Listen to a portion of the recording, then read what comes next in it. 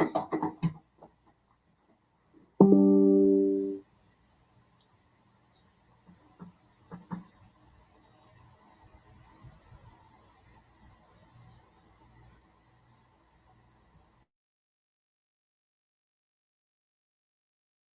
first 10 years, I remember Robert Mugabe being given an award as one of the leaders, progressive leaders in the continent of Africa. When Robert Mugabe took the decision that the dividends of independence demanded that land must be redistributed, the Western world imposed sanctions on Robert Mugabe and his comrades in arms. And the argument at that time was that the Mugabe regime was perpetrating human rights abuses. Neither here nor there, debatable. The real issue was that the freedom was fought for the purpose of redistributing land. And why was this then not the focus at that time? And the question was, for what purpose are you using sanctions? Because when you sanction an entire country and cripple its economy, the net effect is that you affect everybody. As the saying goes, you use a hammer to break an egg. And that is what sanctions do. The net effect is that the egg splatters and affects everybody else, because the leaders themselves have a way of keeping themselves happy, and they keep themselves happy and rich and merry, and somehow there is also no shortage of sanction busters who are capable of circumnavigating the sanctions. But the impact on the economies is devastating. And this is something that has been used. We know, for example, in the Zimbabwean case, that Western Europe, the European countries, and the Americans have succeeded in sanctioning Zimbabwe, with the consequence that they cannot participate in the international economic arena. And we have seen the devastating impact. And the Zimbabwe example is one that we ought to keep on focusing on, because we have seen the impact on the Zimbabwean currency. We have seen how one of the strongest currencies in Africa, the Zimbabwean dollar, went down into zillions until very recently. Now they have decided to peg their currency on gold, and it's called the ZiG. But even then, the public confidence has been so eroded that you still find the United States dollars as the currency that is in use in that economy, which indeed legitimizes the question: what are sanctions about? Why does the West use tools which are devastating to the population? We have seen in the recent past on the question of LGBTQ, for example, and people have different views about LGBTQ. Different societies have different ways of dealing with it. And my view, and the view of others, is that cultural domination should not be imposed upon African countries. Let the countries do what they want, but don't use it as a means of impacting on the economies of other countries. We've seen the Ugandans being told that if you do not have legislation that supports our perspective as Europe and America on LGBTQ, then we are going to sanction you. And indeed, Uganda has been removed from the African growth opportunity by the United States of America. We see the Ghanaians are also being dealt with in a similar way. What one is saying is that there is no one size fits all in all these things, and every country should be given the opportunity of doing what is culturally acceptable, and not to use sanctions as a tool which is designed to achieve short-term and long-term political interests. Another use that sanction is now being deployed to achieve is to impose leadership on Africans. We saw this in the early days in Angola, for example, when the administration of Agostinho Neto was considered to be communist. Then there was a very active support for Jonas Malheiro Savimbi, who was being supported by the Western world and the apartheid regime in South Africa for purposes of eliminating and removing the NATO administration and imposing an administration by UNITA, so that sanctions have become a tool which is used selectively and creatively by Western countries to undermine African political leadership. In the recent past, we have seen when there were revolutions in the Sahelian region, in Burkina Faso, in Niger, in Mali, in Conakry, ECOWAS, at the behest of the European Union, and initially at the behest of the United States of America, which very quickly withdrew, imposed sanctions on Niger. And the whole idea in Niger specifically was to bring back the administration of a head of state whom we know was acting at the behest of France. So sanctions have also been used to create an environment where there is local discontent. Because when you sanction a country, a number of things happen. Number one, essential commodities become expensive. Number two, discontent is created. Number three, the commodities become scarce because you are telling the world you should not trade with this particular country. And the idea is that once internal discontent has been generated, then it will lead to a revolution, and that revolution will propel into power people and individuals who will do the bidding of the countries that are involved in sanctions. It is never lost on me that when sanctions are being deployed and elections are taking place, these observers, particularly from the Western world in the European Union, then come and either give a clean bill of health to the election, or they say that the election has not been conducted in a proper manner, and then they use that to justify the extension of the sanctions. And another very debilitating impact of sanctions in the world is that a country that is sanctioned is excluded from the international market. And when you are excluded from the international market, it means that your goods and commodities cannot be traded. We have seen that, for example, in Sierra Leone, when they came up with this idea of blood diamonds. And when you talk about blood diamonds in Sierra Leone, or you talk about blood diamonds in Central African Republic, or blood diamonds in the Democratic Republic of Congo, you are telling the world, don't buy these commodity, and therefore you undermine the economies of these countries in all sectors. And we have seen that whenever there are sanctions, agriculture suffers. Whenever there are sanctions, health suffers. Whenever there are sanctions, everything suffers. I'll give the example of Sudan, which is now on the brink of a civil war. For a long time, under the administration of Omar al-Bashir, the Sudanese were under very heavy sanctions from the United States of America and, by extension, Europe. And the net effect is that the Sudanese economy was laboring in a manner that could not satisfy the population. And some of the things that later degenerated in this conflict can then be seen to have emanated from the sanctioned regime.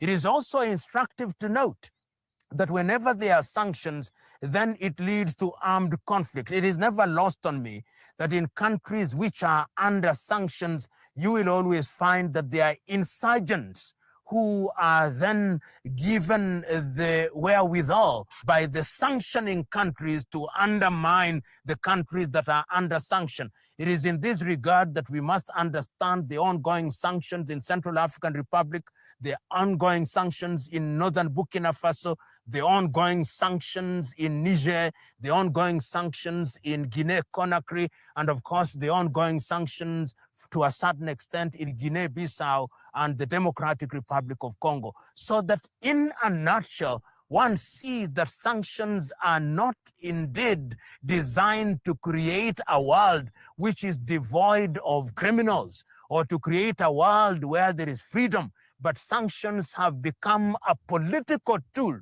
which is used to whip countries into line economically and particularly politically, so that they move like sheep in the direction which is recommended and approved by the sanctioning powers, largely to the detriment of the population. The time is now for the world and multilateral institution to ask whether unilateral sanctions, which do not have a badge of approval or do not have the impact. But everyone has a different story to tell. Shell, which says it's losing it. The Tampa market. Rise. In Northeast Africa, precisely on the Horn of Africa. Of the local climate.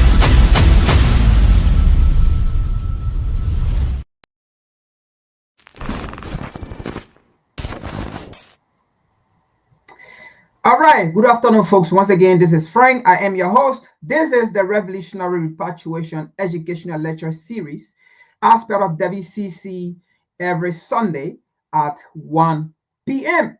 All right, so welcome you all. As you come on, please share, subscribe, like, whatsoever you can do to get the attention of our people around the world. Please do so as you can on your own will. All right, now, today's topic, it says, what would Donald Trump presidency means to the Black community, to the Black nation, to the African continent, Black nation around the world, Black community around the world, and the African continent, to the bourgeoisie. What would Donald Trump presidency means to the Black or African bourgeoisies? What would the presidency, what would the 47th president of the United States means to Black bourgeoisie or to Africans bourgeoisies? Now, in 8 discussions, we're going to deviate a little bit, but we're going to be on track. Everything incorporate into one, right? Everything intertwined into one. So, in that,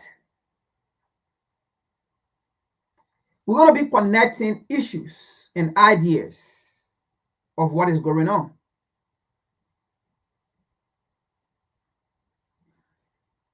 So we're going to, first of all, let me say this, right? What is happening is YouTube is blocking videos because not WCC, they have not yet blocked any of our video, but we have been receiving notice. Hey, due to this, it's not blocked, but it's not on a strike. But, all of those things. But I had 2 videos of Donald Trump that I wanted to show. But those 2 videos got blocked by YouTube because I had those videos and I sent it to my email in order to get it from there, as I usually do. But I went into my email to pull out the videos. Those videos are being blocked. So that is to say, right? It doesn't matter if you are a white man or you are an American or you are an European. It doesn't matter. As long you deviate from the agenda of the so-called people, you know what I mean? Your video going to be black and they're going to tamper with it. Now, let me say this clear before we continue. This podcast is not about Donald Trump. I'm not here to discuss that. WCC is not here to discuss that. It is not about Donald Trump victory. It is not about Donald Trump presidency. It is about the truth that most Black people, most Africans are not looking at. That is what this podcast is about today. That is what this discussion is about today. However, are we going to dive into Donald Trump, some of his policy or some of his ideology? Of course, we're going to. We have to, because we want to open the mind, the mindset of Black people, as you're going to see today. Now, to Africans, to Black, whether Donald Trump won an election, or whether he didn't win, or whether he was going to win, or whether he won, or whether Kamala Harris was going to win, or whether Kamala Harris lose, whatsoever the situation, whether Democrat won, whether Democrat lose, whether Republican won, whether Republican lose,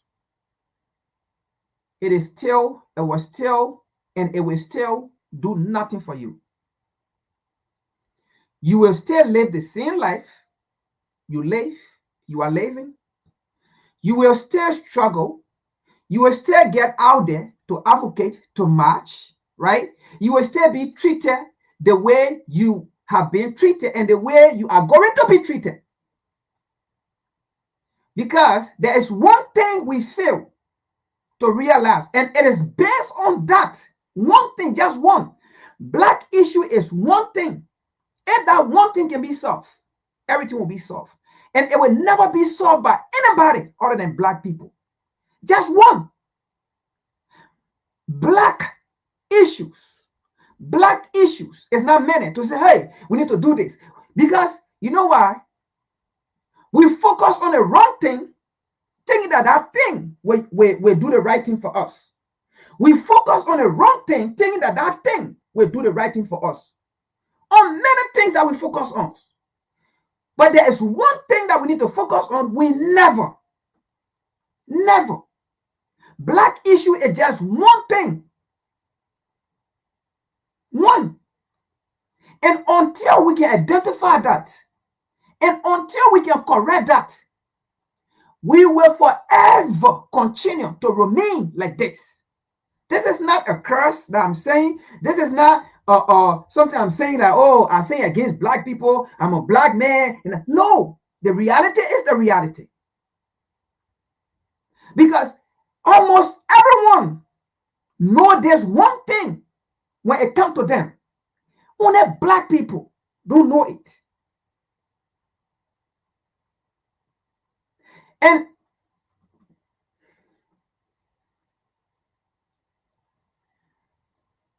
you know, I don't want to say it is this Donald Trump presidency, right? No, because this is something that we've been talking about. All right. So I see Black people, I see African people feeling sad because they want to feel sad. Because Donald Trump victory, it is not something to make you sad. Even if Kamala Harris is going to win, it is not something to make you happy. Both ways. Kamala Harris win is not something to make you happy. Donald Trump won, it is not something to make you sad.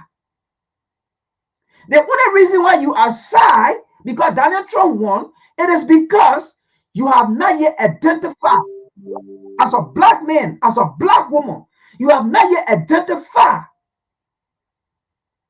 your problem. If Kamala Harris want to win and you be happy, right?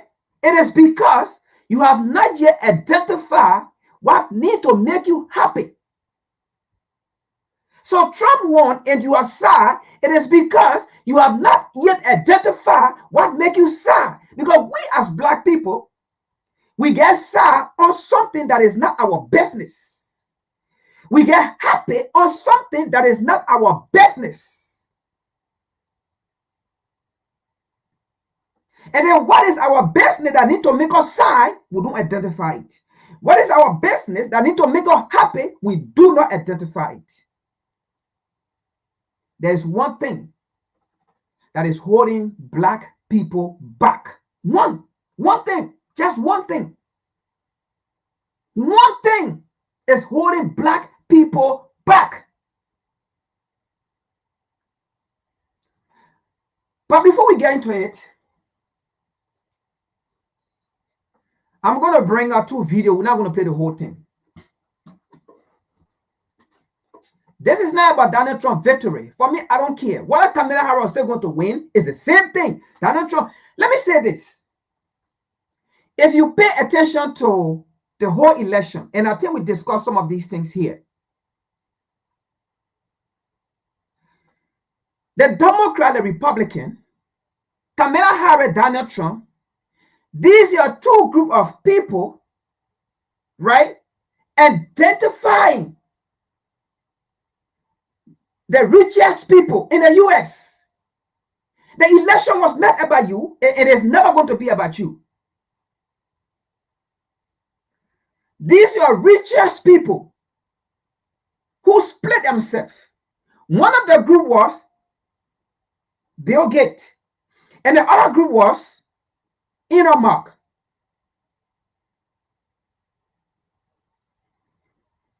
Bill Gates was on the side of the Democrat, Elon Musk on the side of the Republican. You black folks don't pay attention. No matter how we come, we talk, we do the research, we analyze things, you will never stay listening because you refuse to listen. And you want to be naive, and always be in control.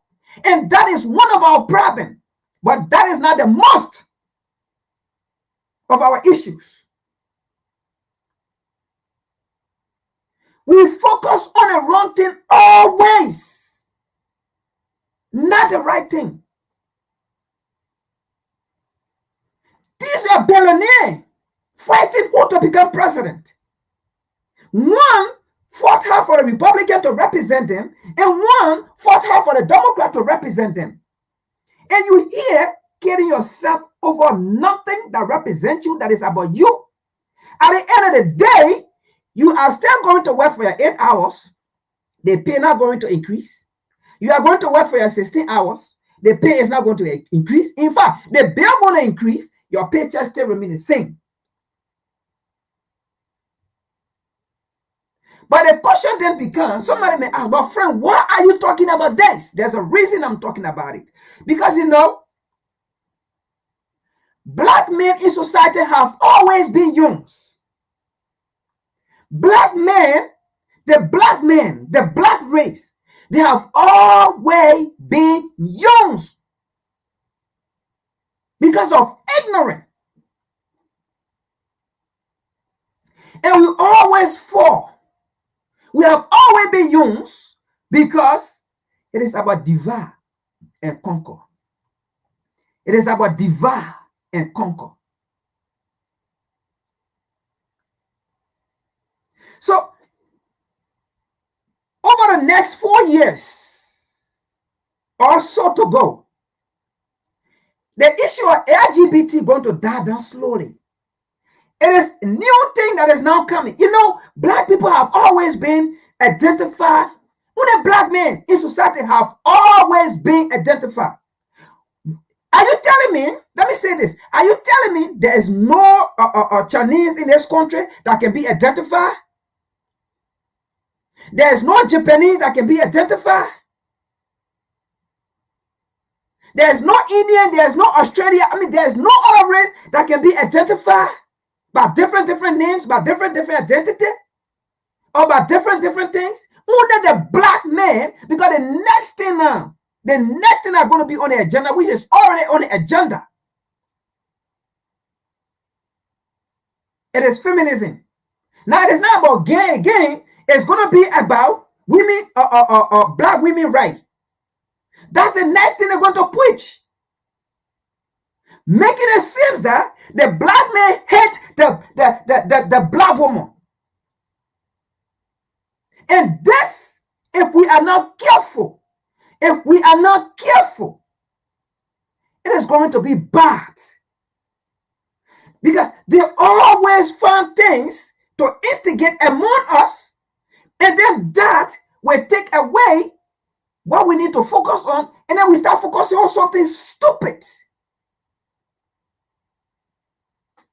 And they always use the bourgeoisie, the African bourgeoisie, the black bourgeoisie.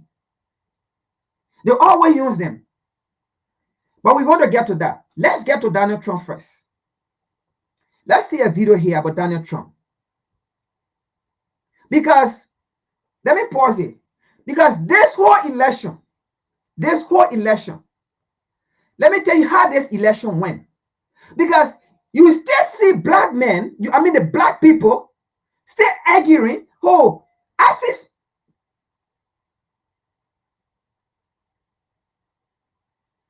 Hold on, folks, somebody to the door. Give me 1 minute.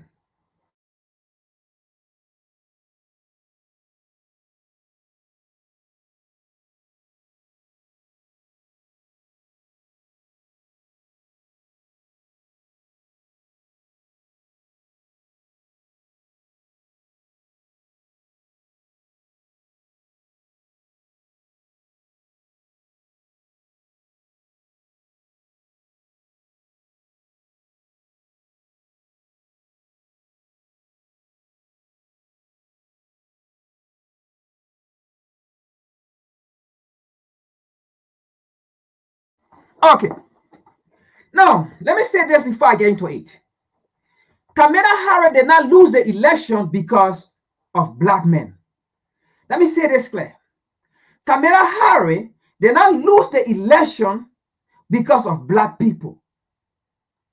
That is not why she lost the election. Kamala Harris lost the election. Let me say this to you. This is a country. It's a country of immigrants. And by that, you know what I mean. You have different nationality here. And we're going to lay that down today. You have different nationality from different country. Now, let's name the first one. We're gonna get into it. But let me lay premise here before we get into it, right? What did you see over the past of the 4 years? You saw the United States threatening nations, specifically African nations, when it comes to LGBT. That's number one. Those African nations, they have their citizens here, huge number of them here. They never like how the United States threatened those nations. They never like how the United States went and started funding LGBT to destroy their culture, to destroy their society. Because there are many things in Africa that the United States should have focused on to spend her money. We have hunger. We have poor healthcare. We have poor educational system. Poverty, a lot. No safe drinking water. The United States did not undertake any of those projects. But she invested heavily. She sent delegates. She sent representatives. To the extent she even sent her so-called Kamala Harris VP to go and run the agenda of LGBT. But let me just remind you, before you blame the black man, that the black man was the cause that Kamala Harris did not win, let me remind you today, those nations in Africa, their citizens are here. They never voted for Kamala Harris because of that. She lost vote. They might have been voting for Democrat, but this particular one, they never voted for Democrat. So stop blaming the black man. Oh, the black man is a cause. This election was about the bad policies the Democrat made. The bad policies Joe Biden and Kamala Harris made. The bad policy Joe Biden administration made. That's what this election was about. They lost vote there. You think they was going to vote for them? Looking at them threatening African nations? Looking at them threatening and putting money in the wrong place? You think so? Open your mind. That's number one. Number two, what made them to lose the election? Number two, look at the Middle East. Look at the war in Palestine. Look at the war in Gaza. Do you think the Muslim community was going to vote for Democrat? Don't you think those people here, they love their brothers and sisters back home who are dying, and they see Joe Biden, they see the Democrat-led government or party or regime sponsoring Israel, pumping billions of dollars in Israel? Do you think they're going to sit down and cast their vote for the purpose of their loved one and relative and blood waste every day? Because here it is. There was another, I think, $14 billion that was sent to the House. They were just waiting for the election to finish, a Democrat win, and then they pass a Boule, go for rhetoric, go to Ukraine and Israel. You think they was going to vote for Democrat? When the same Democrats said on public CNN, BBC, everywhere, Israel had the right to defend herself. They sat down there and they said, Israel going to wipe out Gaza. Israel going to wipe out Palestine. Do you think these people were going to vote for these people? Are you in your right mind? Are you not paying attention? And then you want to blame a black man for that? Do you see the Indian woman blaming a black Indian or a man that you are the cause Kamala Harris lost? Do you see the Chinese blaming their husband or their man that you were the cause Kamala Harris lost? Do you see the white woman blaming the black man that you were the cause Kamala Harris won? Because you know what? They're not doing it. No matter how it is, who win or who don't win, they need the white man to stay in the home, to put a family together. You will never survive or succeed so easily without the men. And you know that in a society when it comes to black men and black women. Do you see all nationality blaming their men them? Because no matter what it is, they listen to their men. They are not going to bring election result into their home, into their race. Oh, they view the cause and then blame their men. And black women, be careful. Do not fall for this. Kamala Harris lost the election because of the bad policy they have in place. And people did not vote for them. That is just another one. The whole Middle East. They already blaming America about they carry war there. They carry war to Iraq. When they now found nuclear weapon. Do you think those people that are here who are citizens and their brother too who here, all of them go to the same mosque. They pray. You think they was going to leave their brother? They are all Muslim here in the US. They have not been to the Middle East. They don't know the Middle East. But they find that they go and pray to the mosques and they see their brothers and sisters, their loved one, and crying. Oh, my mother, my father, my relative, this. They have to go to their side. They have to give them their vote. Because they saw Donald Trump talking about he will end the war. You think which one they will go and vote for?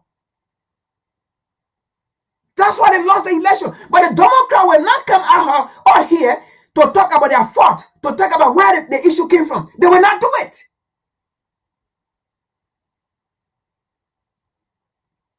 But they will bring an issue which is far from their failures.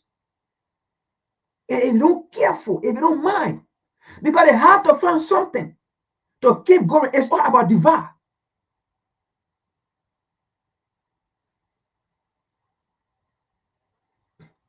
That is another one. Another one here is the Christian community.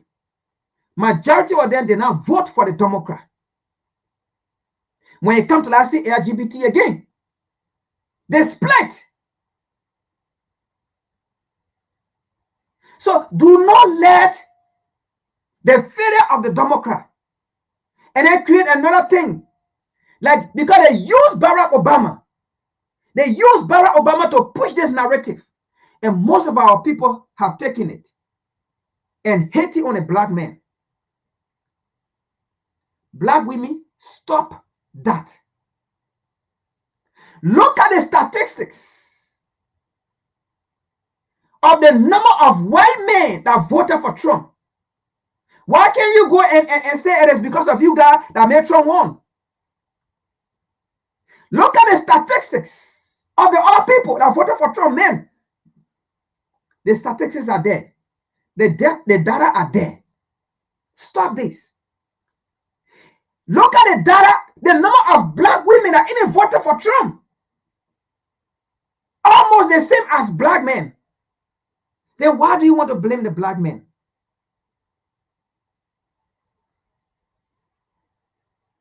The black man was not the cause. If the black man voted for Trump, the black man voted for Trump based on policy, based on ideology.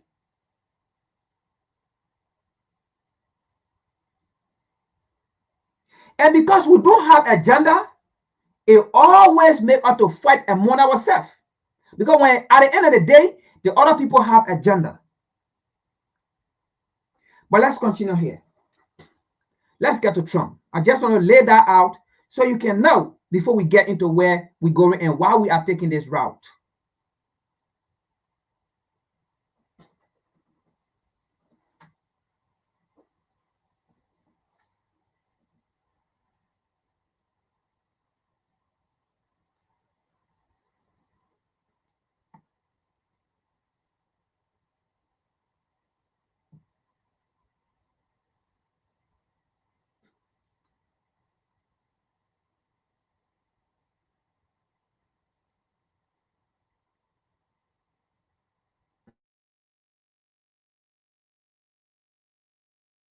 The new big lie. That's the focus of tonight's angle. Now, when you can't defend your record or show how your policies are going to lead to more peace, more prosperity, what are you left with? Lies, phony outrage, and hoaxes. And right through the home stretch of this campaign, that's all Kamala Harris is offering to voters. Now, Trump rightly tags Liz Cheney, the future Pentagon chief if Kamala wins, as being a war zealot, and made an offhand comment about how easy it is to send other people off to fight your wars. She's a radical war hawk. Let's put her with a rifle standing there with 9 barrels shooting at her, okay? Let's see how she feels about it. You know, when the guns are trained on her face. You know, they're all war hawks when they're sitting in Washington in a nice building saying, oh, gee, let's send 10,000 troops right into the mouth of the enemy. But she's a stupid person. There's a hidden 5-minute credit trick that millions of Americans are using to send their scores soaring. Have you tried it yet? Now, everyone knows what Trump meant, and it was clear. It wasn't saying she should be executed or put for a firing squad. It's a lot of what they used to say about George W. Bush and other Republicans who hadn't been in combat. But this didn't stop Kamala's media troops to snap into action, which is what they did, to advance a lie that Trump was literally calling for violence. He has increased his violent rhetoric. Anyone who wants to be president of the United States who uses that kind of violent rhetoric is clearly disqualified and unqualified to be president. Unqualified to be president? Those words came out of her mouth? Coming from a woman who never won a single primary. That's why she wants people disqualified. She doesn't want to give you a choice. And a woman who was such a bad boss that she couldn't keep her staff, which had lost 90% of them, and who can't answer basic policy questions to this night. She can't do it. Oh, but he's unqualified? That's funny. Now, with the whole election on the line, the decision to double down on emphasizing the importance of Liz Cheney to a future Harris administration, it strikes me as very risky. What happened to all the joy? So instead of running on an optimistic issues-based campaign, Harris again has decided to embrace another vicious lie to scare voters, mostly women. That's how little she thinks of you. She knows it's all a lie. And yet Kamala Harris, who's supposedly qualified to be president, is repeating it anyway. Now, Trump obviously clarified his obvious intent about Cheney earlier today. And when campaigning in Dearborn, Michigan, he added this. She's a war hawk. She kills people. She wanted to, even in my administration, she was pushing that we go to war with everybody. And I said, if you ever gave her a rifle and let her do the fighting, if you ever do that, she wouldn't be doing too well. I will tell you right now. If she had to face the consequences of battle, she wouldn't be doing it. So it's easy for her to talk, but she wouldn't be doing it. Now, ask. All right, I'm not going to play the whole video, right? But again, like I said, Donald Trump coming to power was based on the bad policy of the Democrat and the policy that Donald Trump was coming out. Now, number one, and also the reason why Donald Trump came to power, right? Donald Trump speak his mind. He speak. He don't care. You saw what he did in our video. Other Democrat or even some Republican who are in the same circle, because whether liberal or conservative, they are all the same. Donald Trump is none of them. So you heard what he said. If you ask her to take her son to the battlefield to go and fight, she will never do it. And in fact, in the same video, like I just talked about because of time, he was being interviewed again. He stated the same thing. Why would you want, he said, why would you want to take other people's children to a war that you created for them to die? Why your children are sitting here? Why can't you go or take your children to go and fight to die?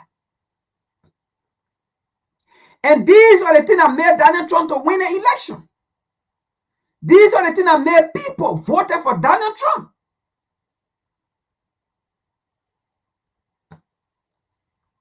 The bad policy of the Democrat made them to lose the election. It is not because the black man did not vote. I'm emphasizing on this for a reason, and we're going to get to that. So you see, one of the reasons why Donald Trump won, because people love the fact that he point out people. He's not part of the secret court. He point them out, and that is why they do not like him. They hate him because of what he do. Let's see the second one here again.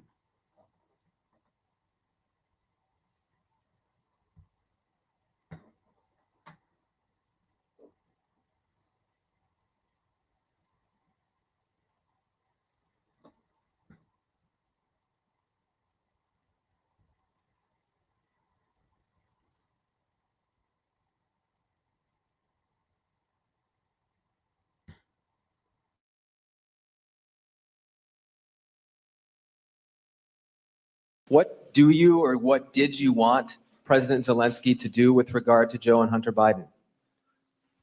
If you look at what he said, okay, and he brought it up. I think he brought up the name Rudy Giuliani.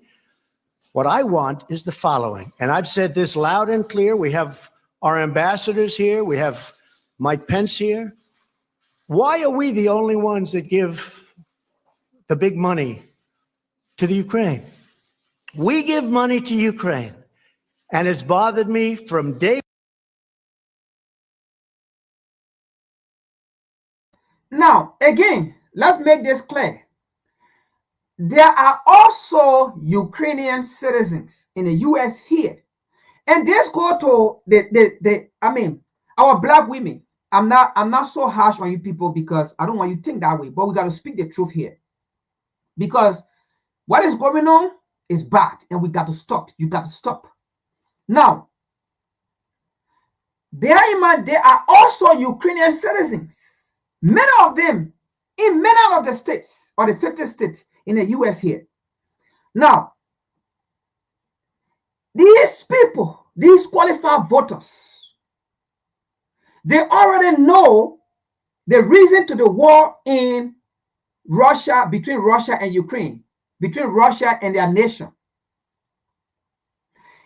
And these people in the U.S. or around the U.S. have seen that even Putin himself wanted peace. They have seen that Putin has proven with documents when he even met the African leaders and other world leaders. He brought his part of the copy, the peace agreement that they had with Zelensky for ceasefire. where Putin on the stance was, there will now be NATO base here. As long as you want to create NATO base, there will now be peace. But as long as you agree there will be no NATO base, there will be peace. Putin has his copy with Zelensky. But the moment after that meeting, the former British Prime Minister, Boris Johnson, along with Joe Biden, they disagree for that peace agreement. They continue to put money into the war. Do you think those Ukrainian citizens here, they were pleased or they are pleased for the U.S. continuous support of war? A war that they know they will not win, even with the U.S. support. Look at the disaster. A war that they know they will not win, but rather it will destroy their country. Not only that, the one leader met with the United Nations. The United States vetoed peace in Ukraine. Do you think these Ukrainian citizens, they love it? Where they had a chance of getting peace. Putin did not veto it. The U.S. vetoed it. Do you think this is why we speak the hard truth? Do you think these Ukrainian citizens, although with the support of the U.S. carrying ammunition, that is not what they want? They want peace. They don't want war. Those citizens did not vote for Democrat. They voted for Republican because Donald Trump said he will end the war. So, who will you vote for if there's a war in your country?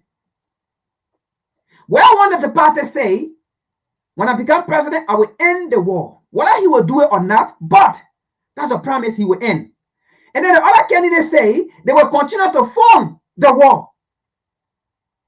And the candidate in power already funding the war and telling you we will continue to fund. And then the other candidates say, I'm going to end the war. Who will you vote for?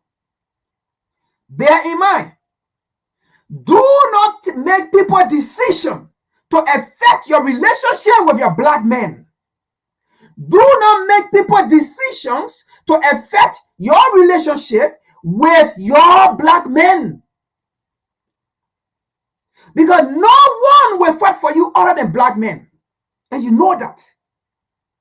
There will be no one to fight for you other than black men. Don't get it twisted when society tell you you are equal as a man. You can do for yourself as a man. Don't let them fool you. You can't survive. You can't do for yourself. And that is why our own community continue to suffer. While other people's community continue to flourish. Because they do not fall for those BS.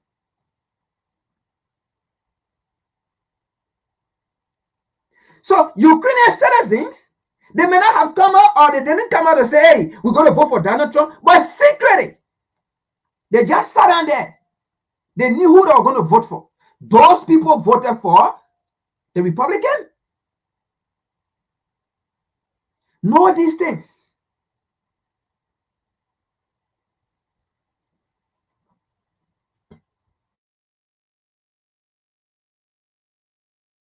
One, and you have plenty of people just here.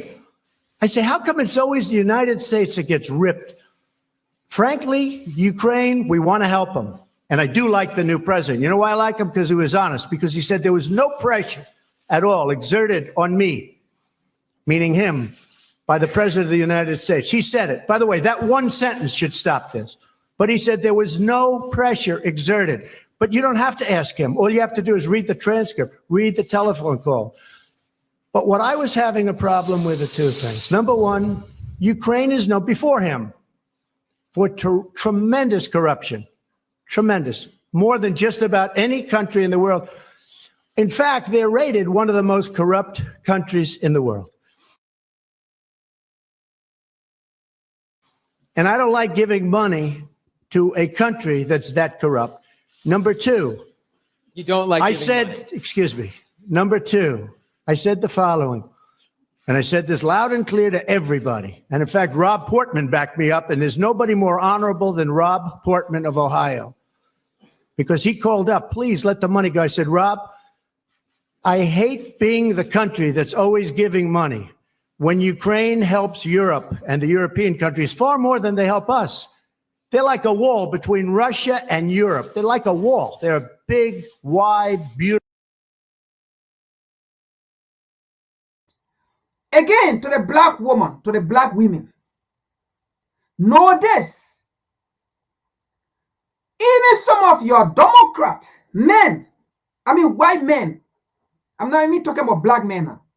The Democrat white men, most of them even voted for Donald Trump. Most of the Democrat white women, most of them voted for Donald Trump, the Republican. Why? Because Donald Trump is saying, why should we continue to rip America off? Why should we continue to send money to corrupt country? Why should we continue to send money to these people? To do this, when it is not benefiting Americans, but only the hierarchy who fund this war, who benefit from this war, and their children are not at risk. Why can't we spend those money in the American economy to build our society? People also voted based on that for Donald Trump. Stop blaming the black men, because the black men, at the end of the day, it is the black man that will protect you. No one else. Stop it. Do not allow people's decision to bring issue between you and the black man. The black man is not the problem to you in society. And that is why that is the narrative the Democrat going to preach. The black man is not the problem to you in society. The black man is not the reason to your problem, and the black men are not causing any issues to what you face in society. Pay attention.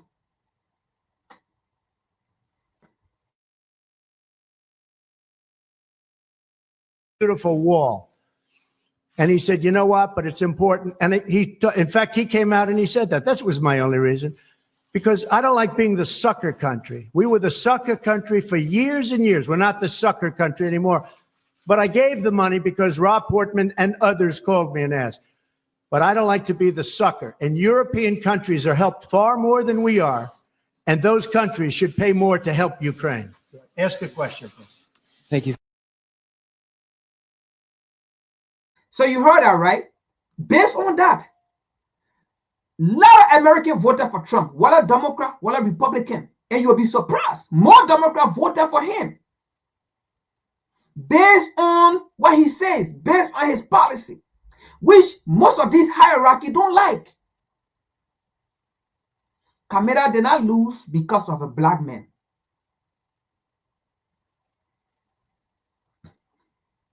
You know, they're the same white man that says, I think last 2 weeks, we'll talk about it here.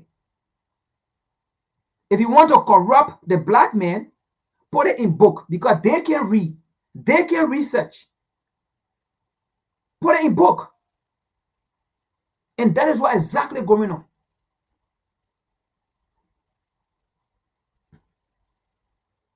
Yes, sir. What about Mr. Biden? What did you want about Biden? What did you want him to look into on Biden? Look, Biden and his son are stone cold crooked. And you know it. His son walks out with millions of dollars. The kid knows nothing. You know it, and so do we. Go ahead, ask a question. The question.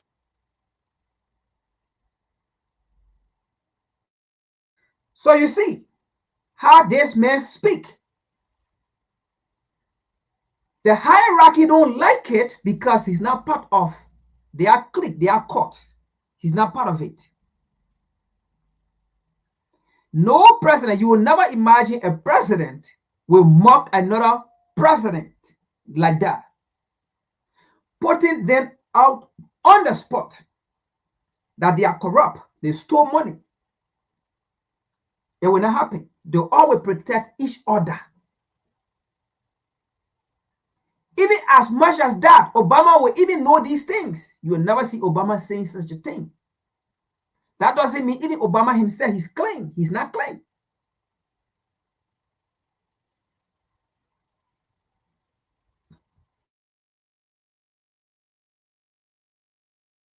question, sir, was what did you want President Zelensky to do about Vice President Biden and his son Hunter?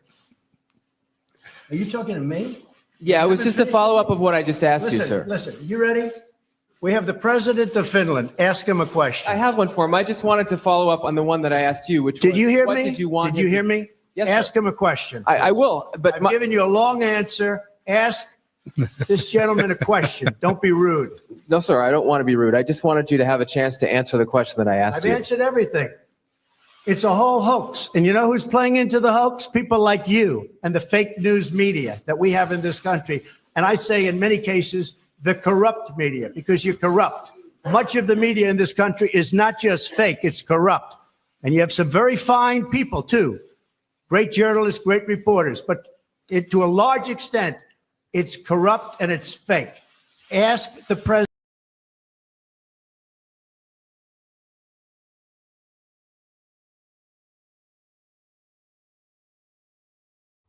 Now, I played Donald Trump. Let's get into it. And I have explained why Donald Trump won the election, right? And we're still going to explain more as we get down the line.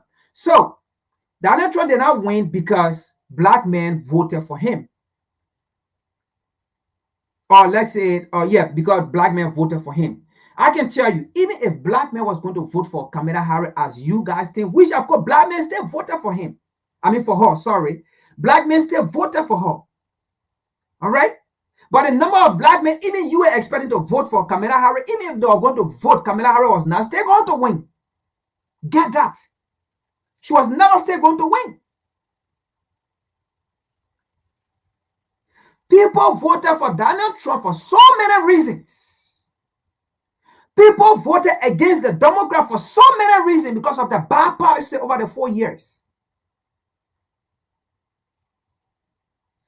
You can hate other nations, and those nations' citizens are here, and then you think they're going to vote for you. It will not happen. It's not going to happen. Now, the video I'm about to show you here, right? We're going to start with that first. Now, again, black women, some, not all, let me specify this. Most of the black women, or some of the black women, are going up against the black men, not because they think it is the right thing to do to go against the black men. They are not doing it because they think that's the truth, or they think they have done their research. They are doing it because some of them solely believe in Barack Obama. Some of them solely believe in Barack Obama. But not knowing to them, Barack Obama is a bourgeoisie. Not knowing to them, Barack Obama is being paid as a bourgeoisie to do that, to bring issues between the black man and the black woman. Because Barack Obama will never go in a white community, in an Asian community, in a Chinese community. I mean, he will never go to those people and tell them, are you intimidated because you don't want to see a female president? He will never do it. But to my black queen, before you blame the black men, to say the black men don't like you, the black men don't want to see female becoming president, did you praise the black men when the black men overwhelmingly voted for Hillary Clinton? Did you praise the black men? The data are there. Did you praise the black men? Even though she won that election, but they did not put her there because, again, the U.S. is run by hierarchy. And let me say this. One of the reasons, or the only reason why even Donald Trump became president, let me say this.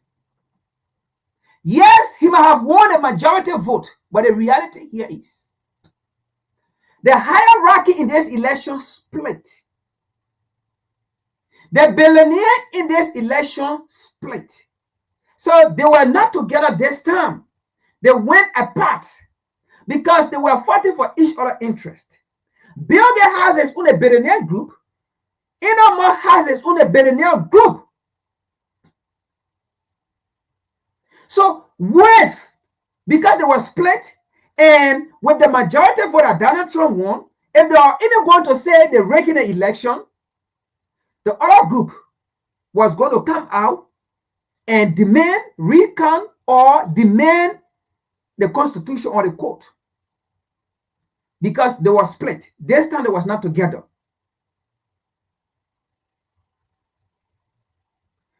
Do not take people's actions to be a problem between you and a black man. Stop it. Why can't the other people blame their men for Kamala Harris losing the election? Because they know it's going to bring issue among them in their home, in their community. Don't do it.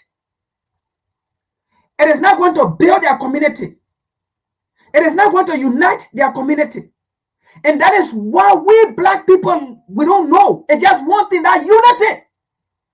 Other people have it. They have that unity. At the end of the day, it is that unity they continue to fight for. But we black, we don't have that unity. We always want to bring division. We always want that slave mentality. We got to stop. You will not see the Indian women blaming the Indian men. The Chinese women blaming the Chinese men. The Japanese blaming the Japanese men. You will not see the white woman blaming the white man. No way. It's going to disunite their community, their family. It's going to create chaos. You got to stop this.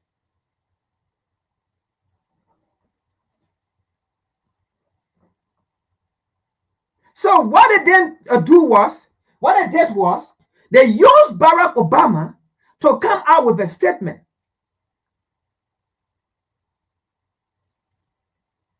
And look, these people always find a way. They always find a way, because that's going to be the next movement now.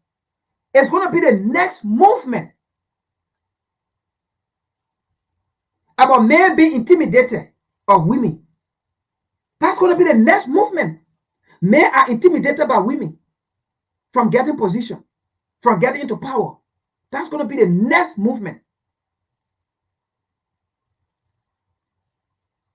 And the discussion is not going to be about black men. I mean, it's not going to be about white men or Indian men, Japanese men, Chinese men. No, it's going to be black men. They always use we black as the boogeyman. They always use we black as the issue to society to correct their narrative, to make them right. We always fall for it. And they always use the black women. Always.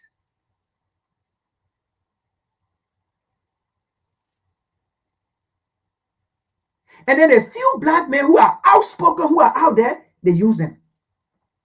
But mostly, they use the black women. It got to stop.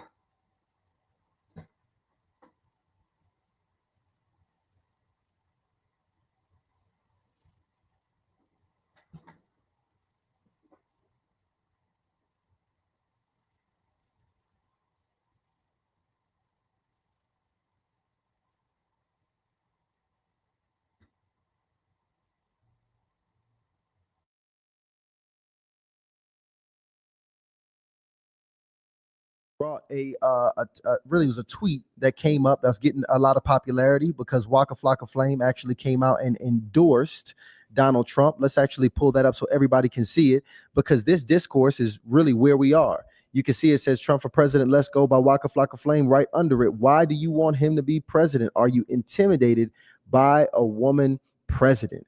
Right? And a lot of the ladies are having this same sentiment, saying that men are intimidated by having a woman as a president. In fact, we can also say that Obama backed this statement in a recent statement that he made. Delano, can we actually go ahead and play that clip with Obama?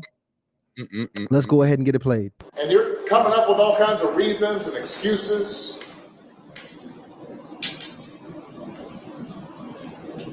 I've got a problem with that because part of it makes me think, I'm speaking to men directly, part of it makes me think that, well, you just aren't feeling the idea of having a woman as president. Wow. Okay. So that's the former president accusing men of being this sexist. so this so I let's was fired red hot when I saw that, because it's like, look, at the end of the day, I'm a grown man. If you want me to vote for someone, give me some good policy, give me a good reason. Don't do no finger wagging. Oh, y'all brothers got to come out, all this, that, and the third. Don't do that. I don't like that at all. Even if I was kind of on the fence, like, I don't know, maybe Kamala, maybe not. That right there would push me all the way to the right. That'll radicalize me right there. Give me some policy. Don't just wag your finger. I hated that so much. And it wasn't just him. It was Kurt Franklin, the philandering, fornicating pastor. Not Kurt, not him.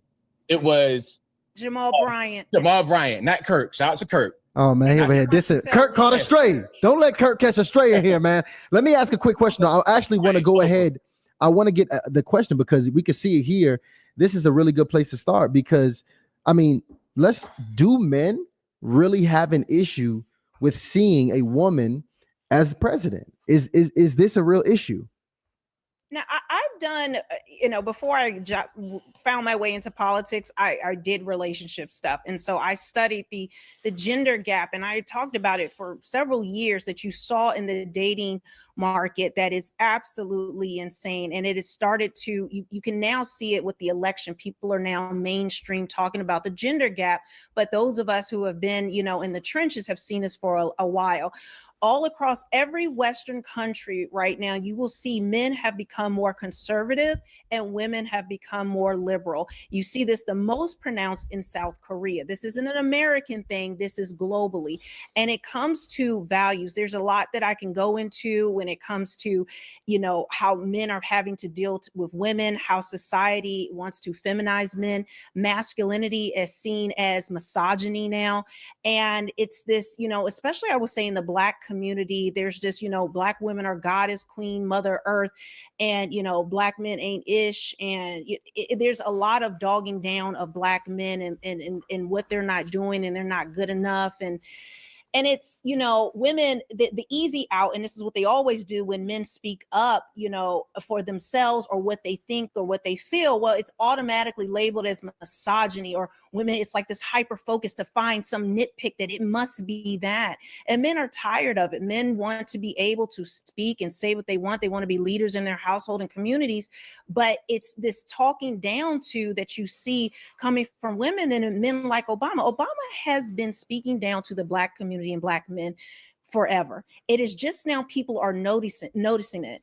Tavis Smiley was the first person to call him out on this. And this is actually part of why Tavis Smiley was canceled. Same thing with Jesse Jackson. Everyone heard the clip where Jesse Jackson said he wanted to cut off Obama's, junk, but they did not hear the part that happened before this. This happens in mainstream media. They never play the full thing. Right before that, he said, I am tired of him speaking down to Black people. When he talks like that, it makes me want to cut his junk off. So we've even had Black leaders, Black men that have been speaking about this for a while. It's just now you are seeing his condescending tone because people are not mesmerized, by or just voting blue no matter who anymore. I'll jump in. I think the question that I have is, why haven't we had a female woman president? I mean, we've had enough. Any first world country at this point, many of them have elected a woman to be their leader. Many of them fared very well and had some of the best projections, and still are having some of the projections with female leaders during the global pandemic and coming out of it in its recovery. I just always want to know, why not? Like, not even just a Democratic woman president, why not even a Republican?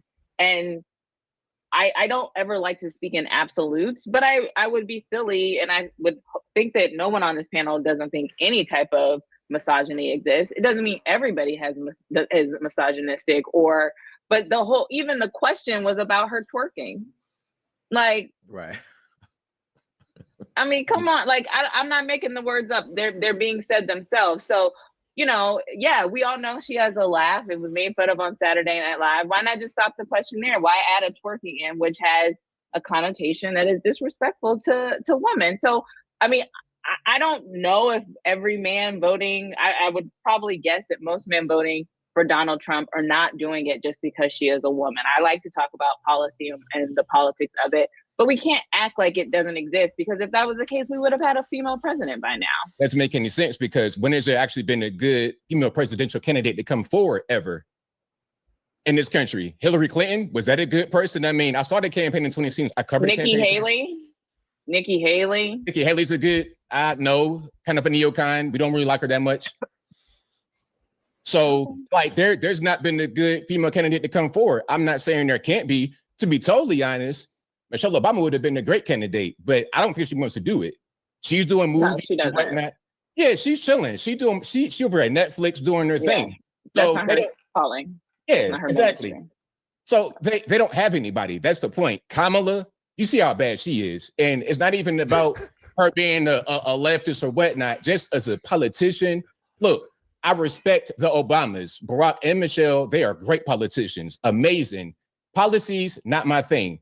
Politically, fantastic. Kamala has none of it. So if you want a female president, try putting somebody forward better than Hillary Clinton, who couldn't even get through the campaign without having to get Weekend at Bernie through the whole thing.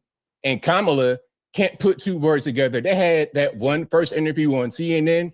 He was in Atlanta in front of the studios for 6 hours, and she spoke for 18 minutes in the actual interview. Embarrassing. Maybe that's why. I mean, we're talking about it in the history of this country. We can cut out some of the years because women didn't even have the right to vote. So when okay, has there ever been a good female candidate to come forward? But then they're like, why are we voting based on gender? I don't need you to look like me. I don't need you to have this ovaries in order for you to run this. Check this out. I'm going to show you how I afforded this car. Okay, you ready? All right, 108 country. I'm not looking for identity in my president. I'm looking for who is the most qualified to run the country. Who do I think has the best policies? I don't care what you are. It makes no difference. And see, and this is the thing that I think Democrats don't understand. People, you know, if a candidate is good, if the candidate is good and they happen to be a woman, then that's great. That's fine. No, but it is what it is. Will there be some people who are misogynistic? Yes, but there's a lot of women who are misandrous, and we don't talk enough about the feminist misandrous that are running rampant, especially go on TikTok and you will see it.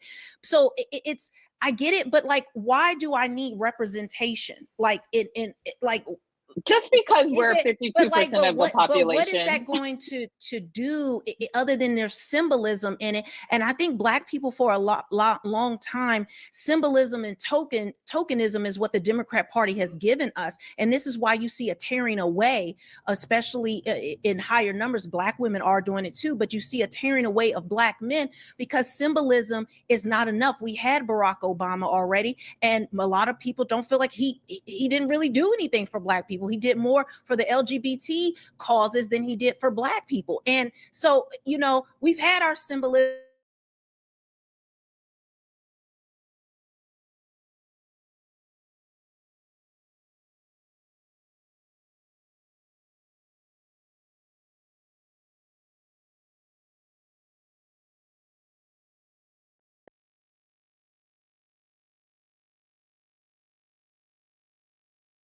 So be it. D1, I want to know this too, just to get them in there. D1, have you also noticed that the Black men, especially that you might know or you hear of in voting, are also favoring Trump in this decision? Or if women are solely voting on for Kamala because she's a woman. Yeah. So let's get it once again. Let's just inject common sense into the equation. Most Black people are gonna vote for Kamala Harris. There are people who are voting for Donald Trump because he's white. You know, like, let's just acknowledge that it goes that way as well. There are, like, most Black men are going to vote for Kamala Harris, but some Black men who I've spoken to, because I've had these conversations without cameras, so there was no pressure for anybody to be performative. And some Black men are taking out all of the issues that they have with their mamas, with their baby mamas, you heard me, with their exes on Kamala Harris. And literally they're acting as if she's trying to get elected to be their wife instead of to be their president. What? No, for real. I've never heard that before. Hold on, wait. Let's let I want to let D1 finish the point here. D1, go ahead and carry through. Yeah, like this isn't a debate. I'm telling y'all real conversations I've been in Harrisburg, Pennsylvania, in Durham, North Carolina. These are forums, these are panels that I've been on. Like I said, they weren't televised. So I'm a rapper. For most people watching this who know that I'm a hip hop artist, a college professor, like I'm with students, I'm with young Black men. These are my peers in what I do professionally. I'm telling y'all that there's a different standard to where a lot of people look at Kamala Harris as somebody who, well, we ain't get this as Black men yet. We ain't get that as Black men. One thing I've had to tell Black men, and for anybody in the chat, we have to acknowledge this. We don't have a unified agenda as Black men that we have ever said, as all Black men in this country, here's what we want together collectively. I think it's kind of a myth to even think that that should exist because we're not.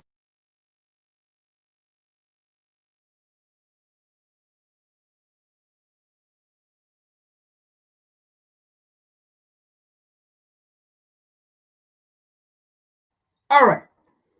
Now, I thought to play this video, right, to bring Obama statement, but I allowed the video to play because I wanted you to see other people, analysis as well, not just me, right? So we're going to get to the video where a lot of our Black queens are reacting, in favor of what Obama said, that Black men are intimidated for a Black woman, female or female whatsoever president, right? Now, like I said, most people voted based on policy, based on the bad policy of the Democrat that they fear or they thought that it was not right, that if they allow these people come in, it's going to continue. Other people also voted for Trump because of his policy and his ideology, right? Now, again, Trump won this election because the billionaire was split, the hierarchy was split. If they were together, right? If they were together, I can tell you, Kamala Harris was going to win. Despite whether Trump get a majority vote. That's how it goes in this country. When Hillary Clinton got a majority vote, where she did not win the election, the hierarchy was together. The elitism, they did not split. They were together.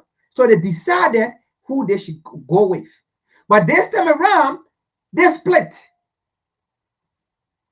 They split. And the reason why they split is because one of the hierarchy or elitism felt that Donald Trump was fighting for them. It's not because of you. And the other hierarchy felt that the Democrat, Biden or Kamala Harris, was fighting for them, not because of you. Let me say this. Most of you think that the June 6 things that happened at the Capitol building was Donald Trump, right? Most of you think that way. And you still hear people saying, oh, this man going to become president, and then other people children are going to be in jail. They're going to be sitting in jail. Let me say this. If Donald Trump actually had done that, all the time they've been in court, they would have brought the evidence long time.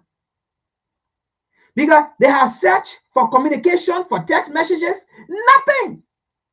If Donald Trump did that, text messages, but now they have brought it out. No text messages. Call. There is no call. Email. There's no email, nothing. Now, that is not to say we support what went on June 6 to the Capitol building, right? But the reality here is but now you should know. If they had the evidence that he did it, but now they have brought it out and said, yeah, he did. They was going to charge him. But do you know how long they've been to court? No evidence. They tried to make the American people to believe that he did it, but yet then The American now are waking up. The good American citizens are waking up and say, hold a minute, we need the evidence. Whether I'm a Democrat, whether I'm a Republican, whether I'm an independent, whether I'm a this, I'm a Tea Party, we need the evidence. You can't keep holding people accountable for something when you don't have the evidence. And that was where the Democrat got it wrong this time around. So the Democrat was fighting Donald Trump for the all elite. So these are money people fighting each other who run this country, fighting each other because of each, they have different agenda. One of the elite, they not support the COVID. Now, Donald Trump is president, right? You're going to see what's going to happen. You're going to see document coming out. You're going to see document coming out to tell you this COVID, it did not come from heaven if there is heaven. It did not come from the sky if there is a sky. It did not come from space if there's a space. You're going to see where this COVID came from. And look, these are hierarchy fighting among themselves. And obviously, one have to become president. And you hear killing yourself over nothing, hating yourself over nothing. But I see the video from the reaction of some of our black female because of Obama. But before we get there, let's see why Obama is a bourgeoisie, why Obama made some of those comments. And most of these black African leaders,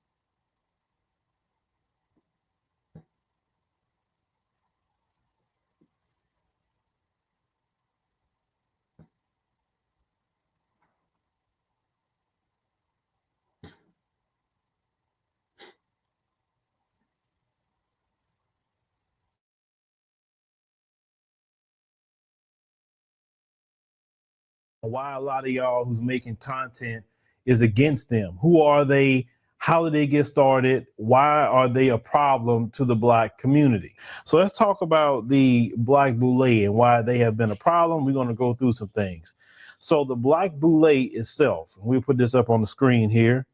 It was started in 1904. Now, the first Black Greek secret society was formed in Philadelphia by Dr. Henry Minton and his 5 colleagues. Okay.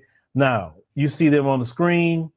The Boule is an acronym for Sigma Pi Phi, and it was formed to bring together a select group of educated black men and women fashioned after Yale's Skull and Bones, right? Now, the Skull and Bones is another secret society. Many of you know about that.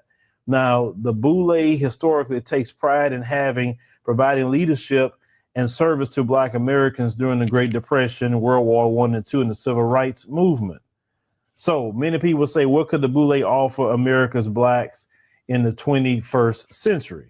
So joining the exclusive secret society offered advancement and perks to the select Blacks in return for loyalty to its objectives. Now, they believe in the talented 10th. Now, any of you know about the talented 10th, that belief is the best and brightest of Black America, which is 10%, should be running to 90%. It's a very elitist mindset. It's wrong. Just because you went to a school don't mean you're smart, because in this day and time, a master's degree don't guarantee you a job. You got a lot of debt, and if you're not smart with the right degree, you're gonna have a piece of paper, debt, and still gonna be broke, right? But this is just the process. So they say, while the majority of ordinary Blacks were disenfranchised, the Boule members, they were doing good. This is historically, okay? Understand that. Boule members live a good life in America. They benefit off the system of racism and white supremacy, and they benefit off of your oppression and my oppression. They benefit from that. Understand? All these ones, Jack and G.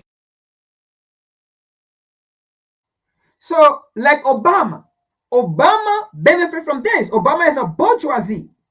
Okay, so what would the Trump presidency means, right, to this bourgeoisie? Obama is a bourgeoisie. Okay, since Obama left the presidency, have Black people not faced issue in this country? Have you seen Obama come out to talk about the inequality, the injustices that black people face, even in the courthouse, to other places? Have you seen Obama come out to speak about it? He wouldn't come out when they need him. They need him like, hey, listen, you know, you still our slave, right? You got to go to your people because your people are being stubborn. This is what they are planning to do.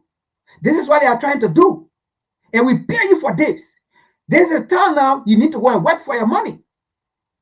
So such people like that, when they come out, they do not care about what they say, whether or not it's going to affect their race, whether or not it's going to affect their people. They do not care because they are working for their money. They are working for their pay.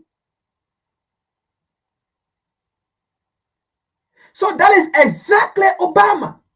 When do you see Obama come out to speak about illness in society? In fact, when Obama was president, didn't Obama call black people thugs? When they came out to protest, when they came out to voice out, didn't Obama, a president, call black people thugs? Yes, he did it. He did it. Because he's a bourgeoisie.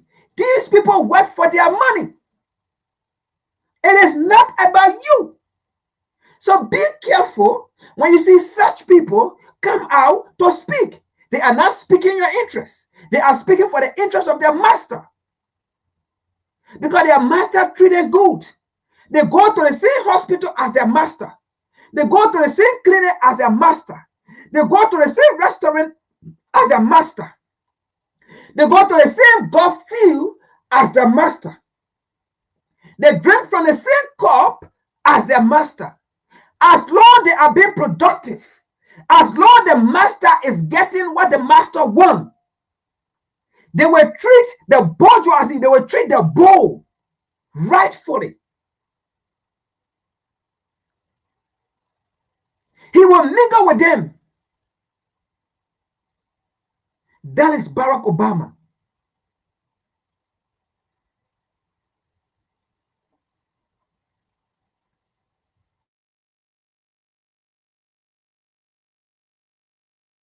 And the links and all these little societies like that, they all tied in. Understand that. Notice that all the ones, they all know each other. They hang with each other. They don't like other black people in. See, the problem that the Boule have with people like us and Tariq and Yvette and Tone and Jason Black and, you know, Professor Black Truth and anybody else that's speaking out right now against this is that we're not part of the Boule. We're not part of the class, and they look at us as a threat to destroy them because right now they don't really have much use anymore because with the talented 10th mentality, it says you must control the 90%, and they lost control of the 90%. This is why you have Roland Martin, and I got to mention him because he is a Boule member. He told me out his own mouth on Twitter that he's part of the Boule. That's why you see him wearing all this African garb all the time. He's trying to convince you he's black, but we're going to get to that part later, why they do that, okay? So they said that the Archons, which is the male Boule members, and their wives, with 112 chapters, make up the wealthiest group of black men and women on the planet. Now, Archon means demon, but yet that's what they want to be a part of. And they like to keep that hidden. And say, but who does the Boule really serve? Well, you know, it don't serve the black community. Now, it serves racism and white supremacy. And as long as the black Boule member conform to the rules, the richest will be in abundance, if not come down the hatchet. And they state that blackmail is also part of the deal. Now, the Masonic Secret Society has a pyramid style like all the rest. You know about the Masons in that situation. And say the lower ranks are kept from knowing what the upper ranks know. Now, the early 20th century was a period of reconstruction. We put this up on the screen, and you can see this is the Boule members, right? But I want you to notice on the screen, you have two white people, and they're supposed to be part of the black Boule. That's intentional why they're on there.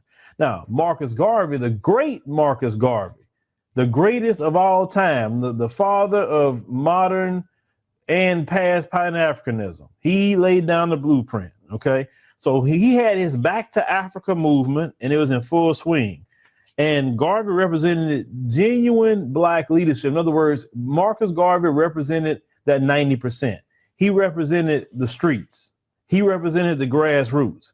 Now, W.E.B. Du Bois, the founding member of the New York chapter of the Boule, he stated that the Boule was created to keep the Black professional away from Marcus Garvey. Now, let me project in here a little bit. Now, let me go to Liberia. So, you see, that is why history is good, and that is what WCC is known for, right? To bring out these evidence and things. And I hope some of my Liberian brothers and sisters are listening or will listen to the recording, because I also share with them. I hope they're listening.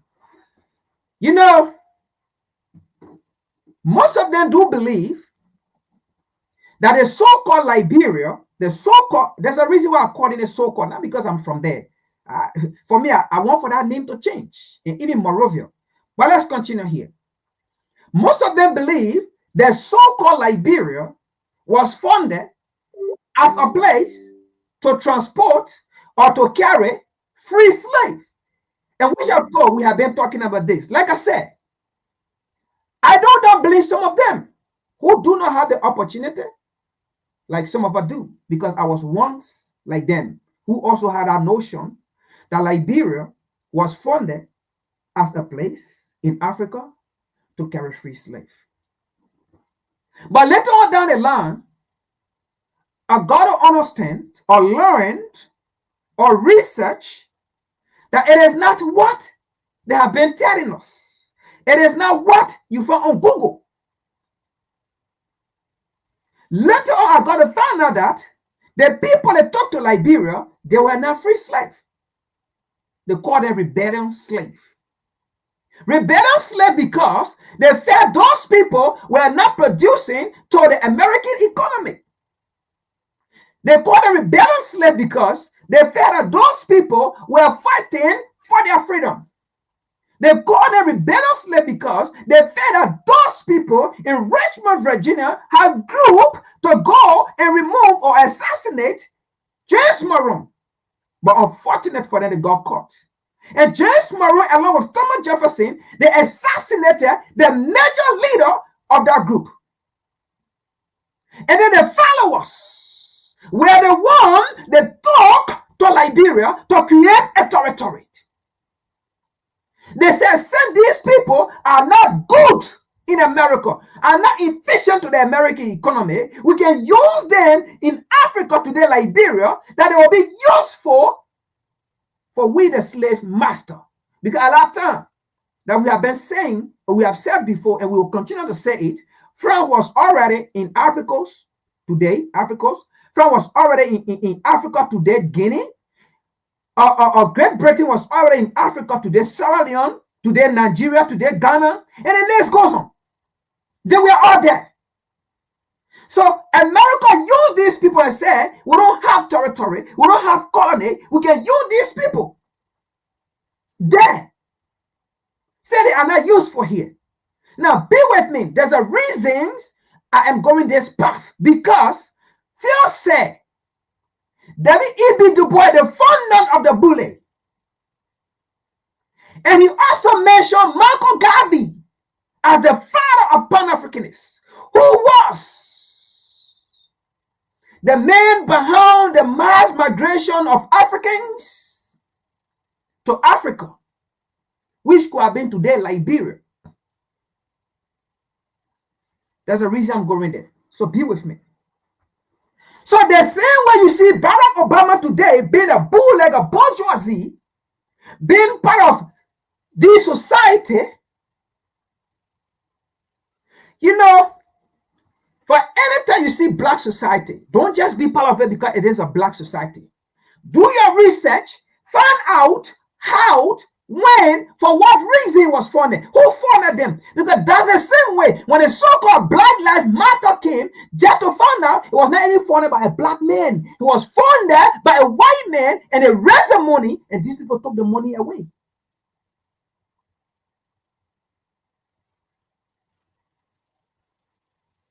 So you see an organization, and then you see two white representatives in there. Two slave master representatives in there. Why were they there? So these black bourgeoisie are part of this entity. So David E.B. Du Bois, when time came, and that was where David E.B. Du Bois and Marcus Garvey split. Because when time, they see where in our time, they use Barack Obama. Trump, we're going to go to the African continent with the African leaders, but we're going to deal with the diaspora African leaders first. The same way today they use Barack Obama, when time comes, they send him to go and do the work. It was the same way they used David E.B. Du Bois in Liberia. Because Marcus Garvey said we should separate. We cannot integrate within the society of these people. We have to separate and have our agenda and unite. David E.B. Du Bois, being the founder of the Boule, being in a society of the white man, even though he fought for black, but you can't be fighting for black and at the same time fighting for white. It can't work. You don't see the other side fighting for their side, then at the same time they're fighting for your side. It don't work. You don't see the Chinese fighting for their side and they're fighting for your side. It don't work. They don't have the energy to waste for your time. They only waste the energy, the resources for them. So David E.B. Du Bois told Marcus Garvey, no, we cannot how they call it, we should integrate within. And Marcus Garvey said, no, we can't integrate. We have to separate. We have to have our own nation. We have to go on our own. We have to have our own land. We don't have our own land here. We are never going to have our own land. We are never going to have our own government. Let us have our own government, our own governmental system. And then we can deal with these people. David E.B. Du Bois, working for the bourgeoisie like today, our time, Barack Obama. David E.B. Du Bois said, no, we can only integrate within with the people. That was where they disagree. Now, I'm going to a point. Phil mentioned something. So during this time now in 1924, Michael Garvey, her group, has sent a representative to Liberia. About 500 representatives. He sent it to Liberia to go and prepare the ground before he himself can go. So the first delegate went, the slave master J.A. Hugo, they have called David E.B. Du Bois. They said, look, it is time for you to work now. You know, we have these rebellious slaves in Liberia. Communicate with these people. Let them send the UNI back. The delegate Marcus Garvey sent to Liberia, let them come back, let them send it back. In fact, let them drive them out of Liberia. David E.B. Du Bois went ahead and passed order and communicated with these people, the bourgeoisie in Liberia now, the rebellious slave that was controlling the territory. That's how they ran a UNI delegate back, and these people came back. And then not all of them that agree, not all of the rebellious slaves that agree. Some of them disagree. And the one that disagree, the United States government went for them, tortured them, beat them. Some of them died. And some of them fled and went to Guinea, Sierra Leone. They never came back. Some of them went to Ethiopia because after Ethiopia was one of the hopes of taking Africans. So some of them went to Ethiopia, they never came back.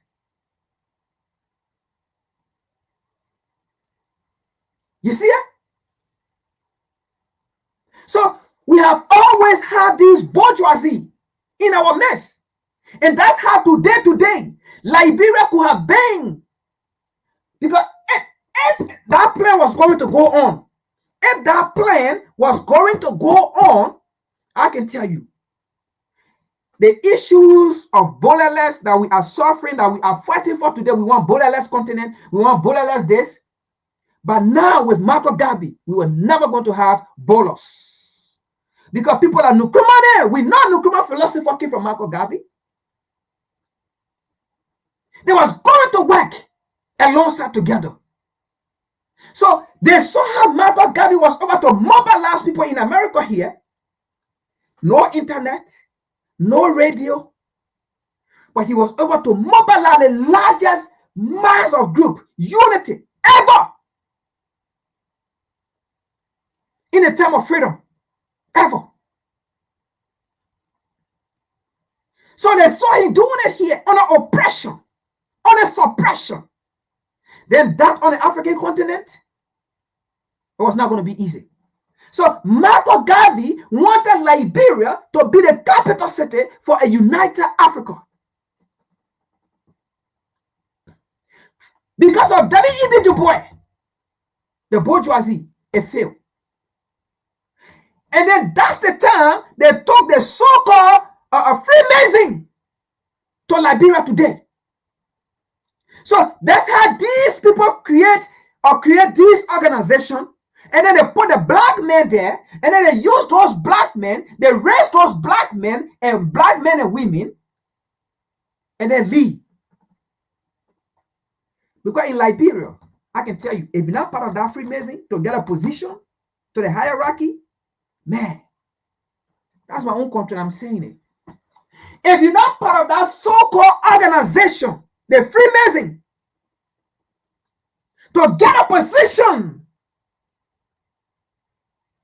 and we have these so-called native country ignorant, not even doing their research too, being part of it. Because the moment you become part of it, you will suppress your people. You will not function according to your people. You have to function according to the funding of that organization, for the interest of the white man, for the interest of the oppressor, for the interest of the colonizer.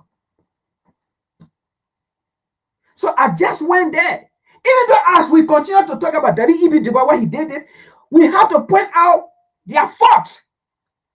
We are not going to hide their fault because they did this, and that's how we will keep making mistakes. We will point out their fault, where they fail, and then where they make progress. And then we'll try to correct the narrative.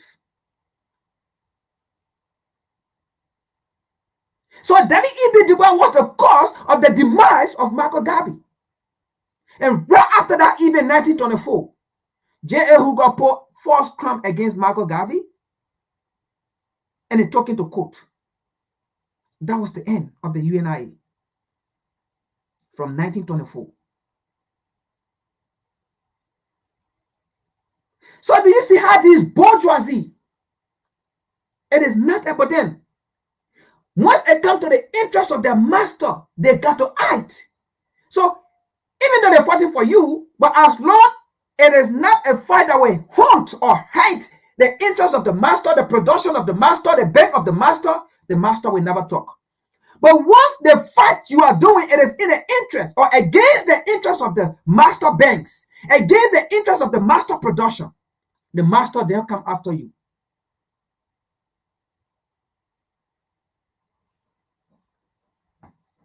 And that's why you see most of these African leaders, they are part of these organizations. Some of them were now part of that organization, but the moment they became president, they went for them. And you see, that's the stupidity. The moment they become president, then they go for them and put them in these organizations. And then tell them, you are not part of us. And then tell them what they need to do now. You know, you are part of us now. We got to work in our interests. And they will never work in your interest, but you will always work in their interests. At the end of the day, on the sufferings of your people. That's how most African leaders are not part of this organization, but the moment they become president, they get stuck in a position, they call them to the society.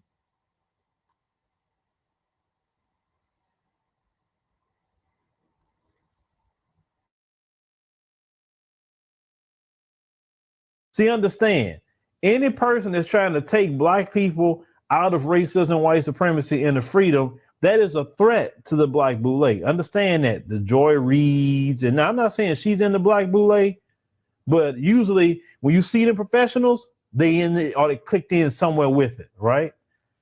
Now, they say the remaking of the House Negro was necessary to institute a group of blacks who had a vested interest in protecting the elite white system.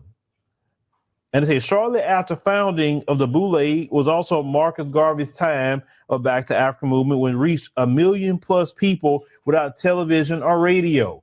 Do you understand how significant and how popular Marcus Garvey was at that time period? He had no TV, no radio, and yet he was popular. And he had no Twitter, no Facebook, no Instagram, no YouTube, no nothing, no Messenger, anything, and yet he was that popular. Now, Du Bois emphasized, according to Steve Coakley, the importance to steal the black professional away from Garvey, because an Afrocentric organization that articulated and captured the black professional would give white people no safe haven in the black community.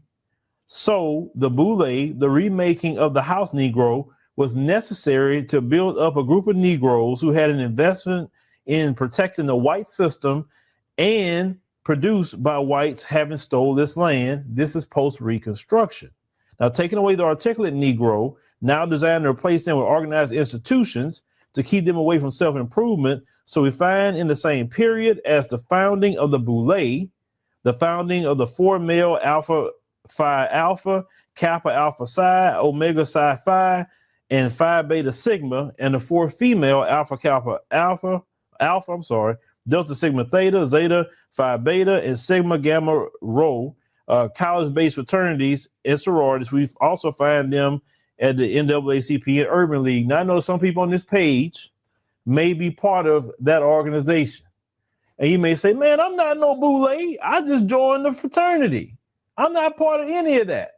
You may not be part of the Boule. You may not be. Not to say that you are, but I'm telling you what was created, why it was created, and why all these fraternities have ties to the Boule. Not to say that you are. You may be in it. You may not be tied in like that. You may not be willing to do the things that they're willing to do to sell out black people to be in it. So I don't want to just indict everybody just in case you in a fraternity, because, you know, some of y'all in these fraternities, y'all get real, bothered. Like you talking about your kids when you mention the fraternities. I'm just saying. So they say now Du Bois is one of the strongest opponents of Marcus Garvey, and he was an instrumental tool in stopping one of the strongest grassroots movements in the century.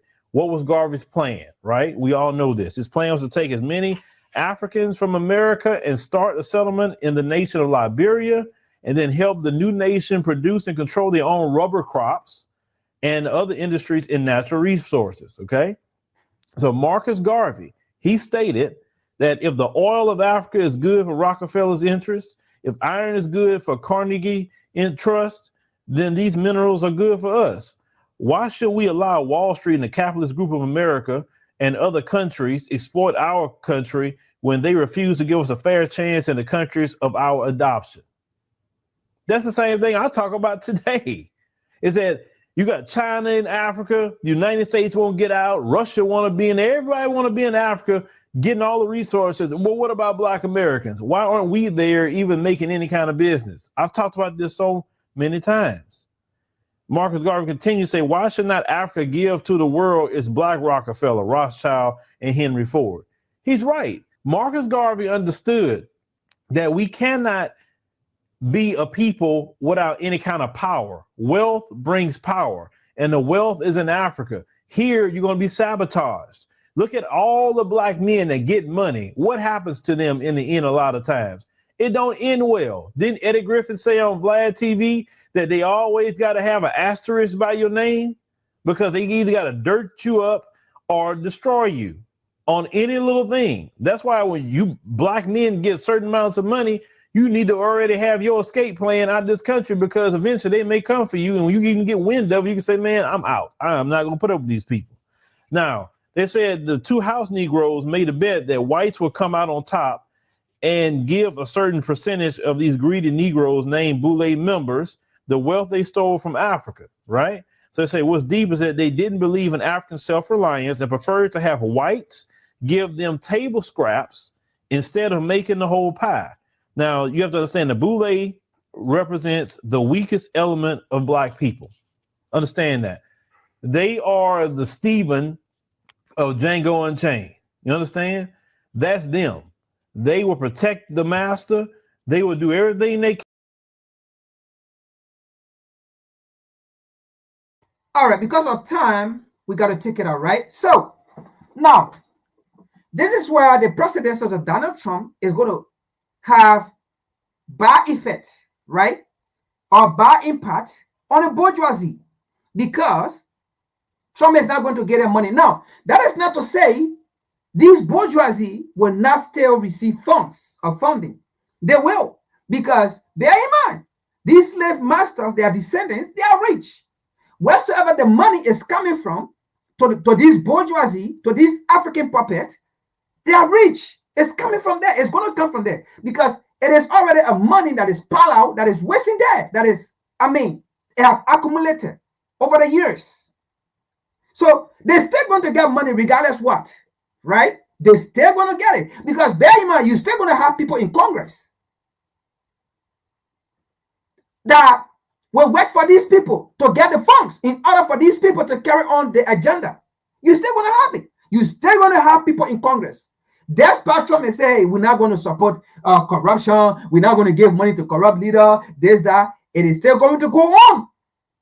Obama's still going to get his money. Obama's still going to get his cut. And Obama's still going to be Obama for the bourgeoisie role that he played. Look at him standing among Black people, doing his hair like Commander doing his finger, like standing there like his kids or his this, telling them what to do. He's not even asking them about their issues. He's not even asking them, what is your agenda? What are you facing with in your community that you need, that we can take to the table and tell and tell a slave master, these are the things the voters want, these are the things my people want. But no, Obama did not do it. He's standing there telling people, you got to go vote. You got to do this. Are you intimidated to see a female president? Are you this? Are you there to see a Black female? Meanwhile, even Kamala Harris said she's not Black. She said it. She's not Black.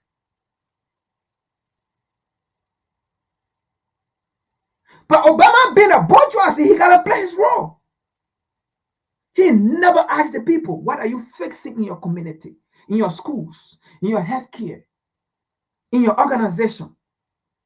But he's there pointing finger, you got to do this, you got to do this. That's been so proud of himself. That's the role of the bourgeoisie. They will still get funds, but it's not going to be as easy like how it just come from Washington, D.C., it just come from Congress and go to them. The one Trump going to see, he's going to question it. That is why Nana Akufo-Addo went hurry quick and went and got $250 million from IMF before he leave power. You leave in power few weeks from now. Why you going to take $150 million for? To do what? All the $1 billion loan that Ghana have taken, what have they done to the Ghanaian economy? What have they done to the Ghanaian youth? Let us be frank here.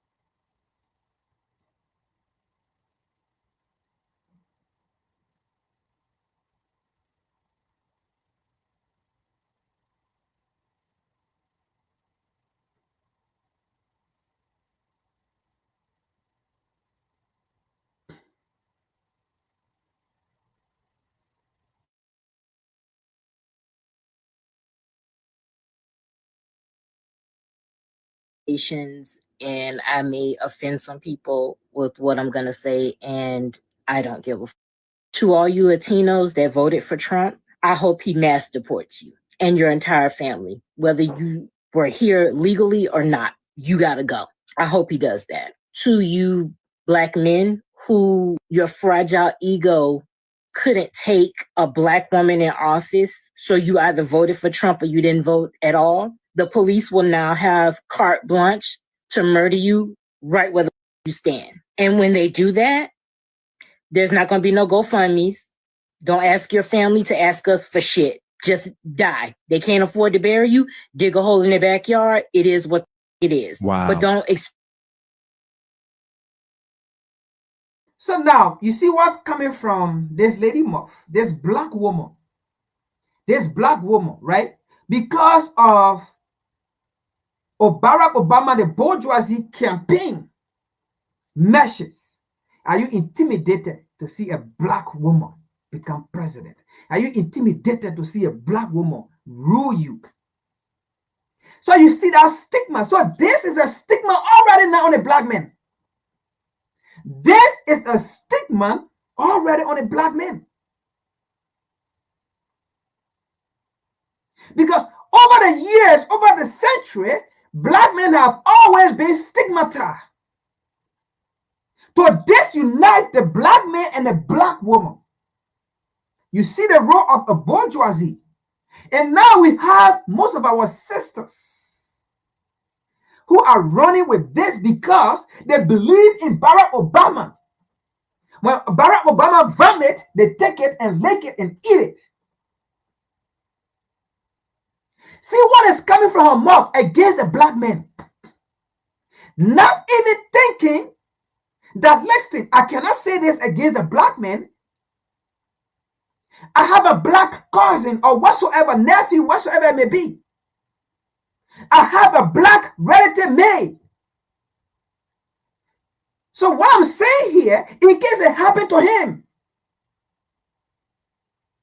So you see, a black man have this kind of a mindset. I mean, a black woman have this kind of a mindset against a black man for an election that whether or not Hillary win, it was never still going to benefit a black man. Whether or not Trump win, it is not still going to benefit a black man. An election that even a black man have no power in it.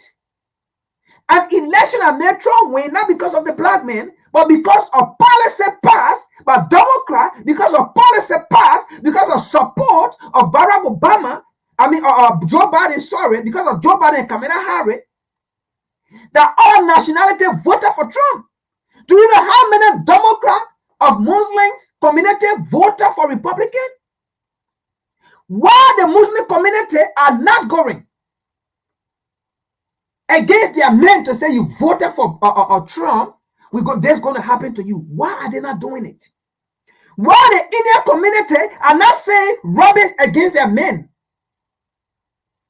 You know what? That is not a disregard to my black queens. Those people have culture. Those people have culture, and their culture is men. No one can divide them. No one can bring confusion among them and their men because they respect and honor their men. They know at the end of their day, their men will protect and uphold and protect and support them.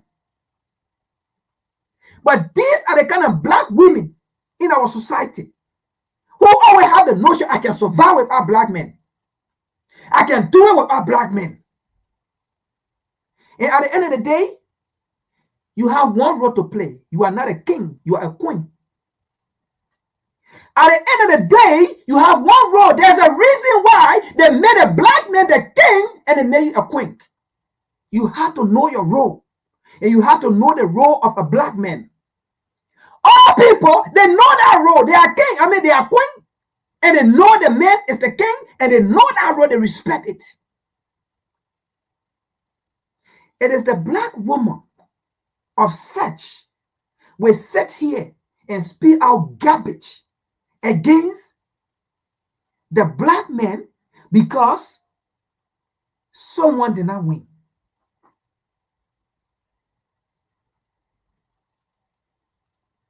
A win that is not even in her favor. A lose that is not even in your favor. What I lose, what I win, it is not still in your favor. And you sit down here and speak out garbage against the black man.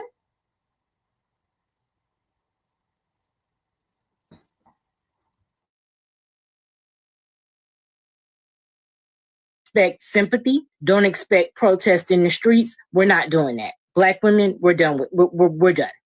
We did our due diligence for this century and the next. We've done enough. We're not doing anymore. To you white women that once again voted against your interests, when your husbands start knocking you into the middle of next week and you can't do anything about it because no fault divorce is in play, I want you to take those black eyes and those busted lips as a personal thank you from Donald J. Trump each and every time you get hit. Take it. Now, this is how the narrative going to start going on.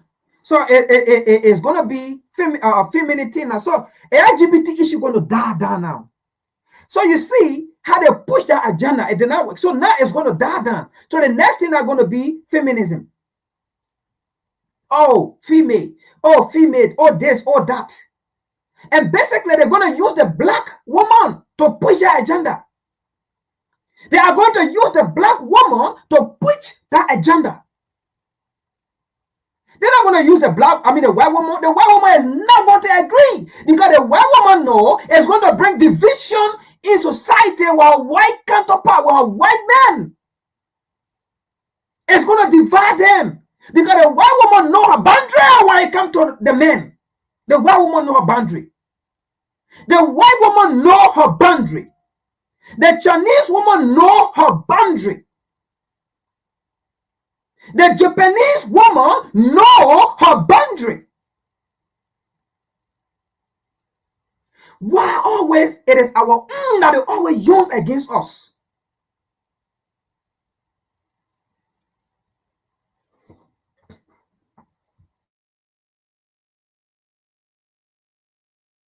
Don't look for nobody else. Don't ask for help. Take your beatings. For all of y'all that voted for Trump, I hope you get exactly what you voted for.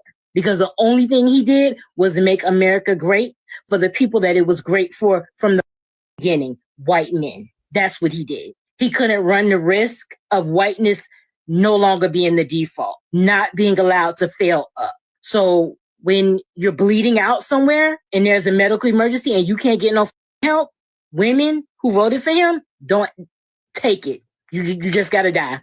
If you got kids, they're just going to be motherless. It is what it is. You didn't give a so we don't give a that's how it is. This isn't America anymore. I don't know what the it is, but it's not going to be America. And if you think that Trump is going to be in that office for 4 years, you're insane. Because we're about to be in a real live action episode of scandal. Because your next president is not Donald Trump and due the 25th. And that's when we're really going to be in the Handmaid's Tale. So Wow. These feminists are crashing out online. They are losing their minds. This should be very disturbing to you because just the amount of hate and ill wishing on everybody who she mentioned there is very, very, very concerning.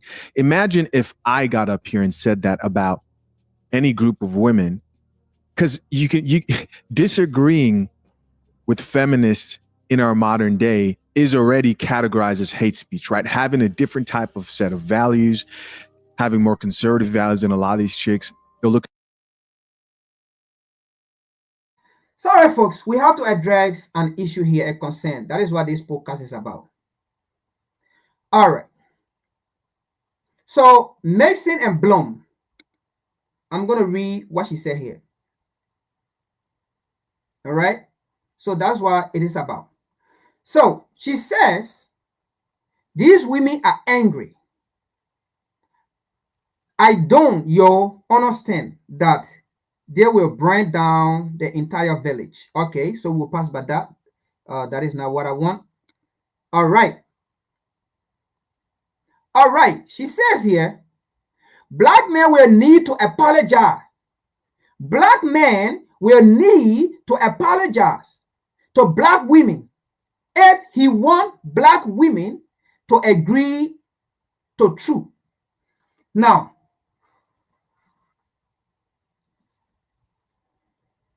the question here is, let me say this. Black men respect black women. Black men honor black women. No one has ever been there for black women other than black men. No one has ever stood up for black women other than black men. And black men will always be dead. And black men will always doubt. Black men will always take that honor. Now, in this context of what we are discussing, I don't want you to go off topic. All right? In this context of what we are discussing, what the black man need to apologize to the black woman for? What this lady is saying, has she said anything good in her video, anything relevant in her video that the black man will apologize to the black woman? You want for the black man to apologize to the black woman, right? Fine. We have no problem, and we will have no problem, and we have no issue against our queens. But in this context, I ask you, write it down here, write it in the chat. What do you want the black man to apologize to the black woman for? What do you want? Write it down here. And so we can read it, right? And then if in the context of what you're saying, now, I might be wrong. Your view, I might be wrong. Maybe you have the true reason as to why. So write it down, and I will read it. And if it is in the context of what we are discussing, that we see it as reasonable, I will sit here and tell you, indeed, the black men have to apologize. But for what she said in this video, this lady, what she said in that video, based on the context of that discussion, the black men owe no apology to our queens. This is not a disrespect to our queen, but in this context, the black men had or owed no apology to any queen. And by the way, we have nothing against our queens. What we're telling them here is, whether Donald Trump lost the election or he win, whether Kamala lost or win, either way, it was still going to be the same thing. And maybe you came late, but from the beginning of this discussion, we laid down the premises as to why Donald Trump won the election. It is not because the black men did not vote. And we're going to show statistics here, and you see the number of black men that voted. Say you want for us to apologize to the black women or to the black queen because of what she's saying, that black men did not vote. We want to show you statistics of the number of black people, black men specifically, that voted for Kamala Harris.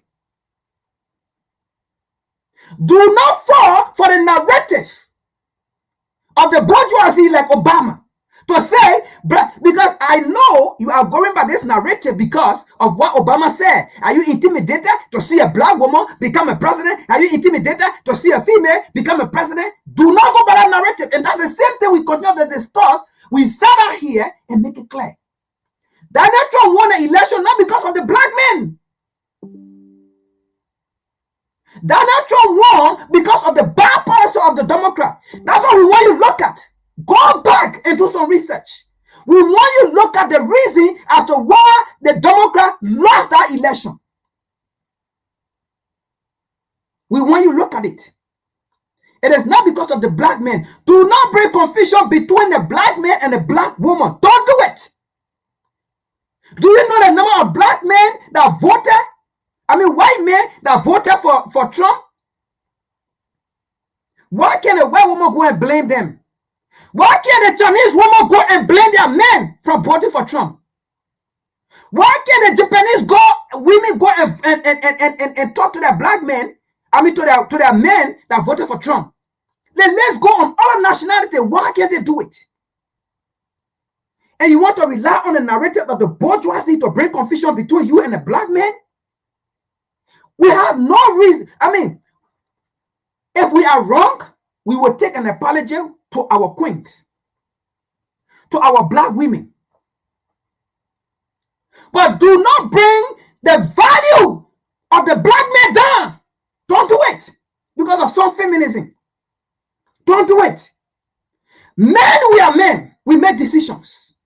We need to lead. We are warrior. Don't bring us down with that femininity. Don't have to destroy the black man.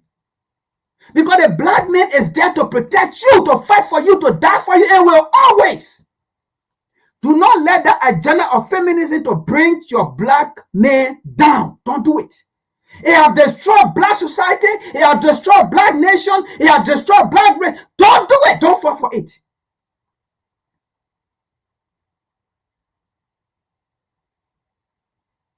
We love our queens. We love our black women. And we will apologize when we wrong. But don't fall for these things of division among the black man and the black woman. Don't do it. So why are we apologizing? Why should the black... What did she say in our video? That it is true that the black man need to apologize to the black woman. And then she said, or he said, Frank, you are missing the point. You are missing the point of the pain black men gave cause black women. I don't understand what you're trying to say, but I'm not coming harsh on you, but maybe you came late, so you missed the topic. But after this recording or this live, I want you to go back and see the beginning. This is not a disrespect to our women, to the black women. We love you, and we will love you, and we will continue to love you. And we want you to know this. No one will ever protect you like the black man. So do not let anyone to talk ill against the black man. No one will ever sacrifice his life for you other than the black man. So do not allow anyone to make you go against the black man. Don't do it.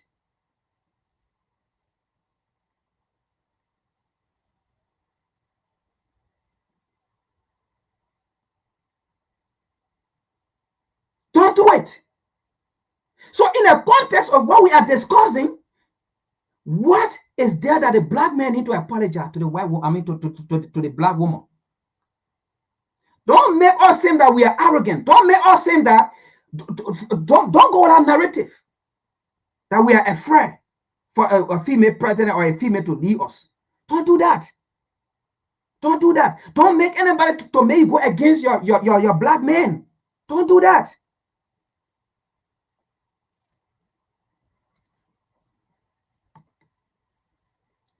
That's the same divisions. It's divide and conquer. And that is why we are trying to go against that divide and conquer. Yeah, we love you people. Don't get it wrong. We love you. And we will always love you. We should not fall for that divide and conquer thing. It has affected us and it keeps affecting us.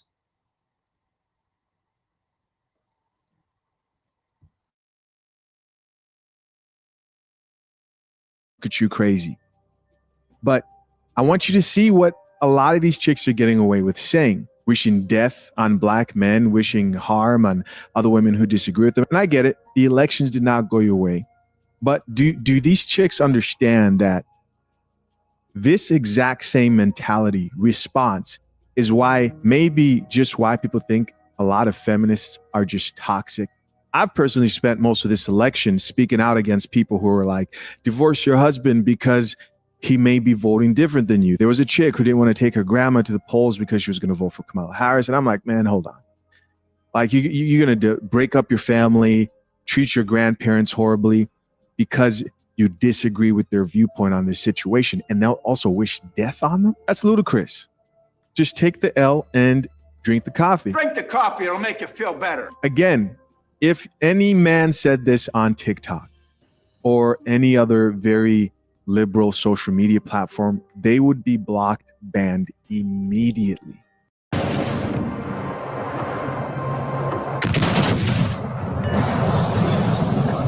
Lastly, as much as the black men who actually did vote for Donald Trump, as much as they probably would love to take credit for all that, the exit poll data tells a different story. It shows that black men voted for Kamala Harris at like a 80% rate. So again, misdirected anger here. Now, that definitely doesn't mean that more black men aren't leaning towards more conservative values. But instead of saying, hey, 80% of black men stood up for us, you're saying shit like this. Hey, kudos to the reporter that outed the black men who went and voted for Trump. What the is wrong with y'all? What the is wrong with y'all? Y'all are so money hungry for someone who's not going to give y'all any money. It was in the woodworks for Kamala to help you out. And you said he gave me $1,200 one time. I'll vote for him again. You hate black women. You can't say you don't now. You actively voted against black women. What the You were broke yesterday. You were broke today. And if that man wins, you're going to be broke for the next years. Real broke. The police gonna start killing you young one by one by one. They gonna start killing y'all and they gonna clock into work tomorrow because your dumb, stupid ass decided to vote for Donald Trump and he gave the police immunity, which means that if they kill you, bitch, they can still go to work. And the next time that a black man died at the hands of the police, the same black men that voted for Trump, I want y'all to be front line, front center. Black women, it's just us. It's just us, and we have to lock in and organize together. I'm not talking about organizing politically. I'm talking about organizing every aspect of our existence because no one is coming to help us. It's just us and these children. We need to organize off this app. I want you to think about that real quick. Listen to what she's saying. This is how little a lot of these women respect black men. She's saying it's just us and these children, as in just us and our children. No mention of a husband, no mention of building a family, no. And the worst part is she's saying all this with a stat behind her that shows 78% of black men voted blue. Think about that.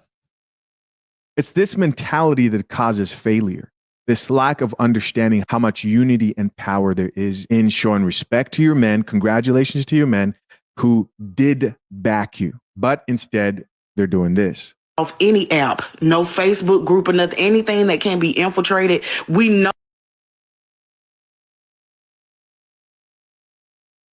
These are the kind of things that we are talking about, right? 1 minute. So, like my brother said in a video, right? Look right here. White men. See right here, right? White men, 34%. Right? White men, 34%. Or let's say, white men, 39% voted for Democrat. White men, 59% voted for Republican. So are you telling us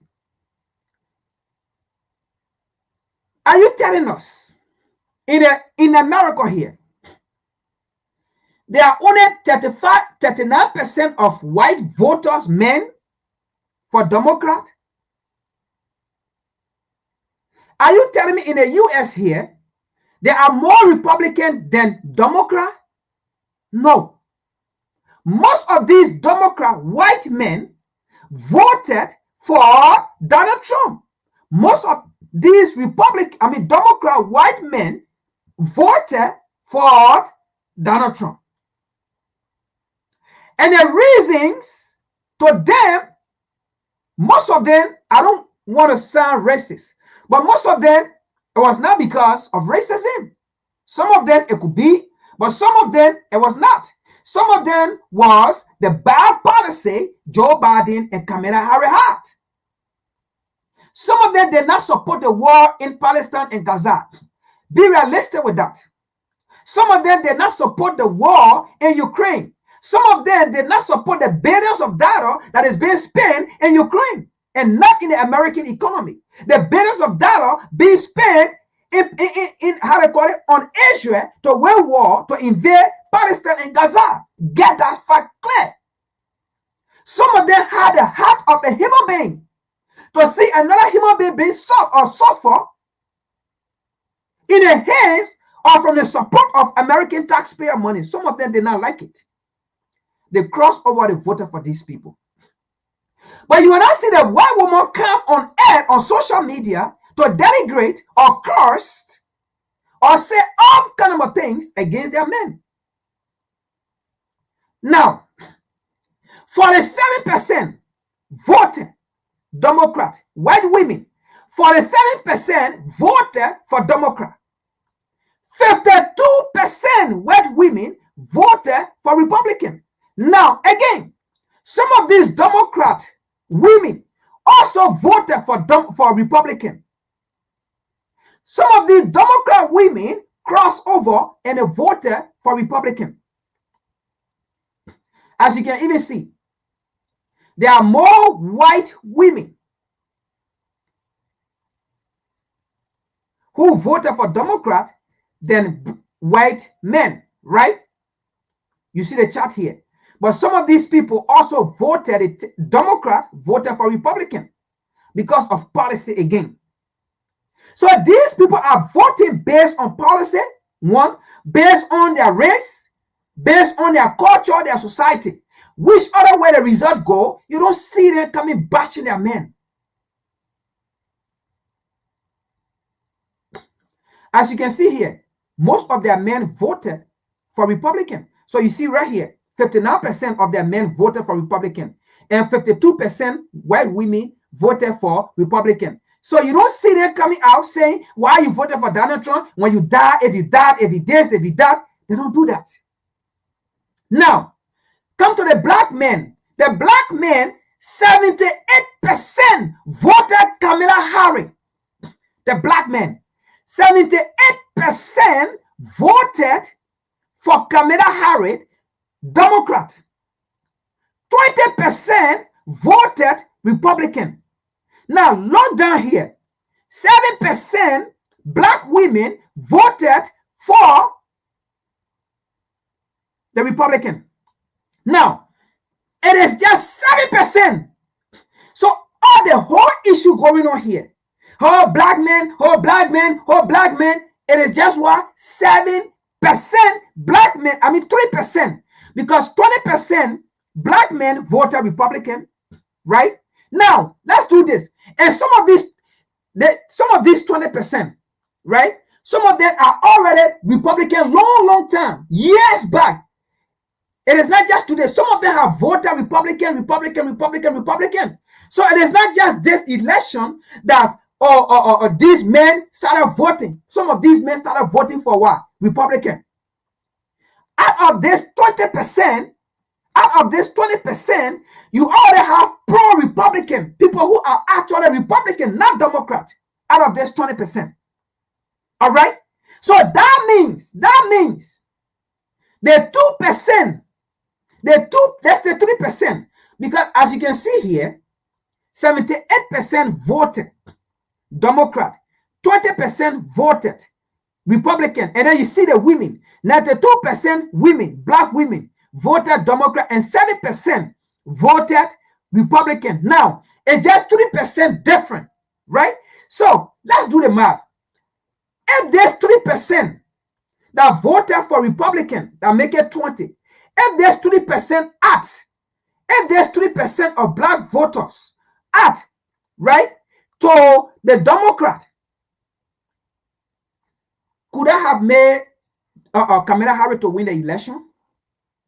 Absolutely not. Because ABC here, look here, 59%, 59% white, 52% black, white women for Democrat, Republican, 59% white men, Republican, 52% white women, Republican.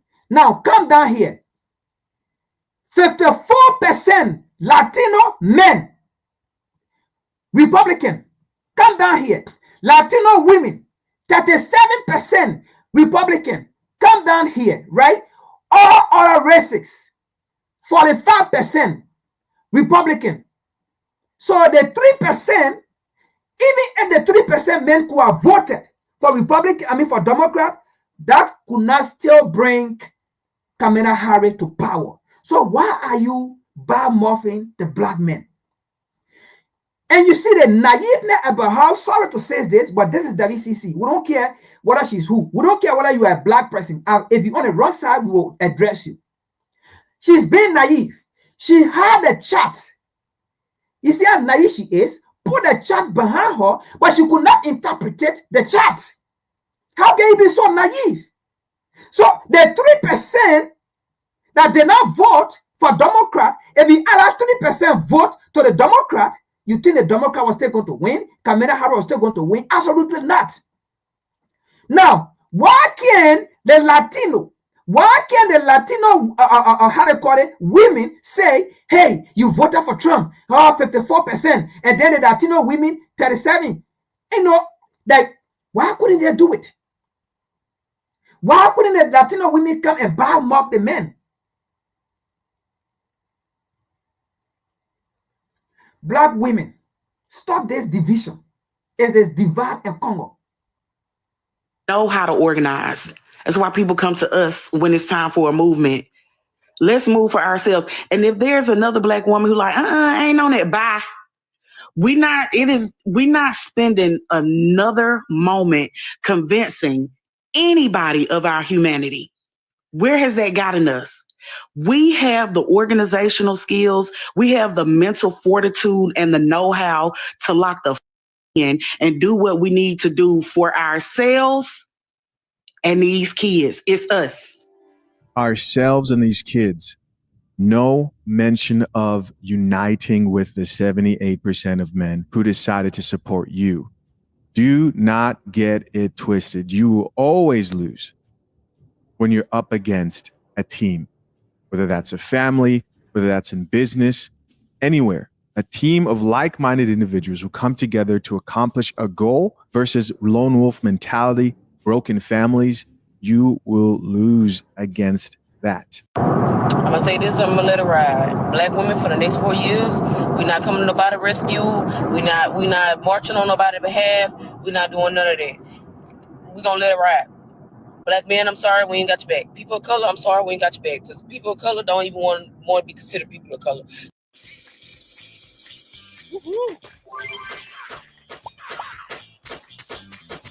They want to be accepted so bad.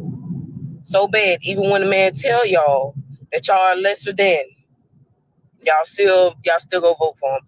So look, we're gonna let y'all figure this out. When it was time for the country to have our back, y'all said, nah, we're gonna let that go. So look, us as Black people, it's my bad, it's Black women who really be the backbone of a lot of things that go on. You're not supposed to be the backbone. Your men are supposed to be the backbone. Let them lead.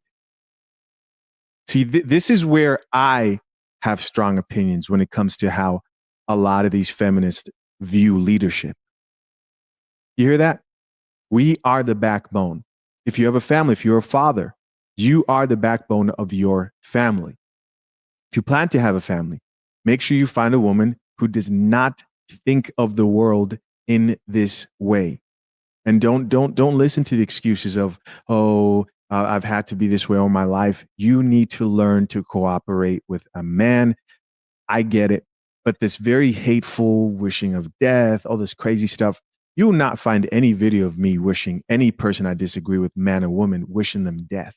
I don't. Every email that I've gotten from a woman, every DM, every comment of them, even though this channel is for men. But women do watch. They do drink coffee. Drink the coffee, it'll make you feel better. Just like the men do. But every woman that's reached out to me and said, hey, you've helped me see things differently. And they value the content in that way. I'm very appreciative. Chances are, bro, if she's talking like this, she does not qualify. Doesn't care about y'all. Who shows y'all he doesn't care about y'all? Because he's a man versus voting for a woman who's very qualified, extremely qualified, probably one of the most qualified people to ever run for president. Has done the work. But because she's a woman and a Black woman at that, y'all just couldn't.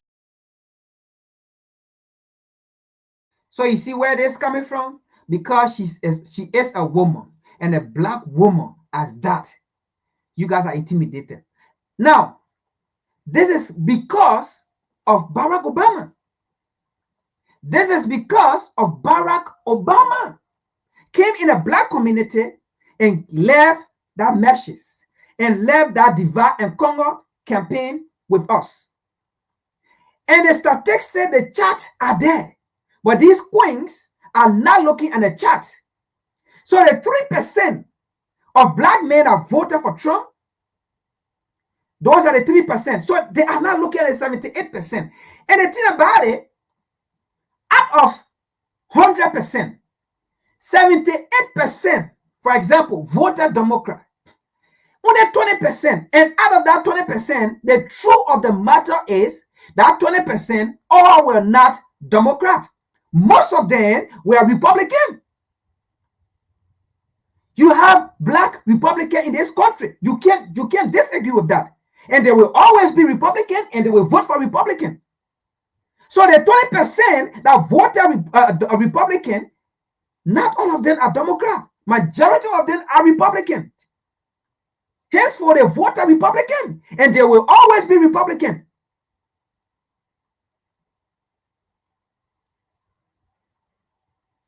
So you see what is going on. So this is going to be the next discussion in years to come between a black man and a black woman because of people like Obama.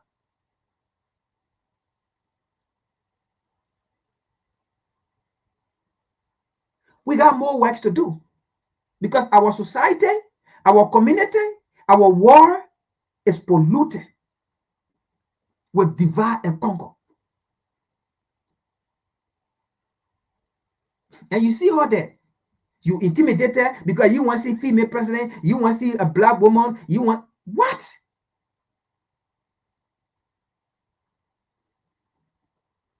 If a black man did not want to see a black woman, let's just put that for instance, or if a black man was intimidated, were you going to have 78% vote?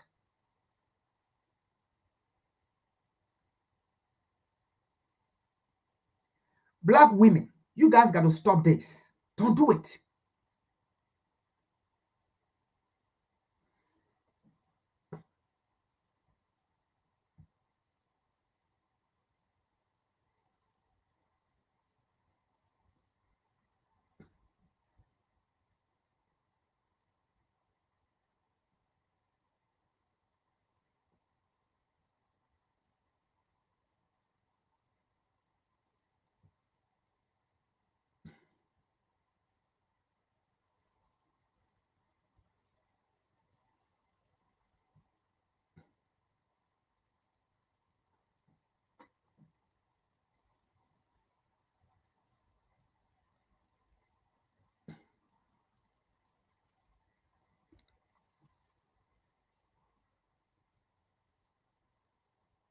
That Kamala Harris lost the election. If Kamala Harris would have won, would you have given black men the credit for her winning? And that's not a rhetorical question. Really ask yourself, if this woman would have won, would y'all have got on social media and thanked black men and praised black men for being the reason why she won?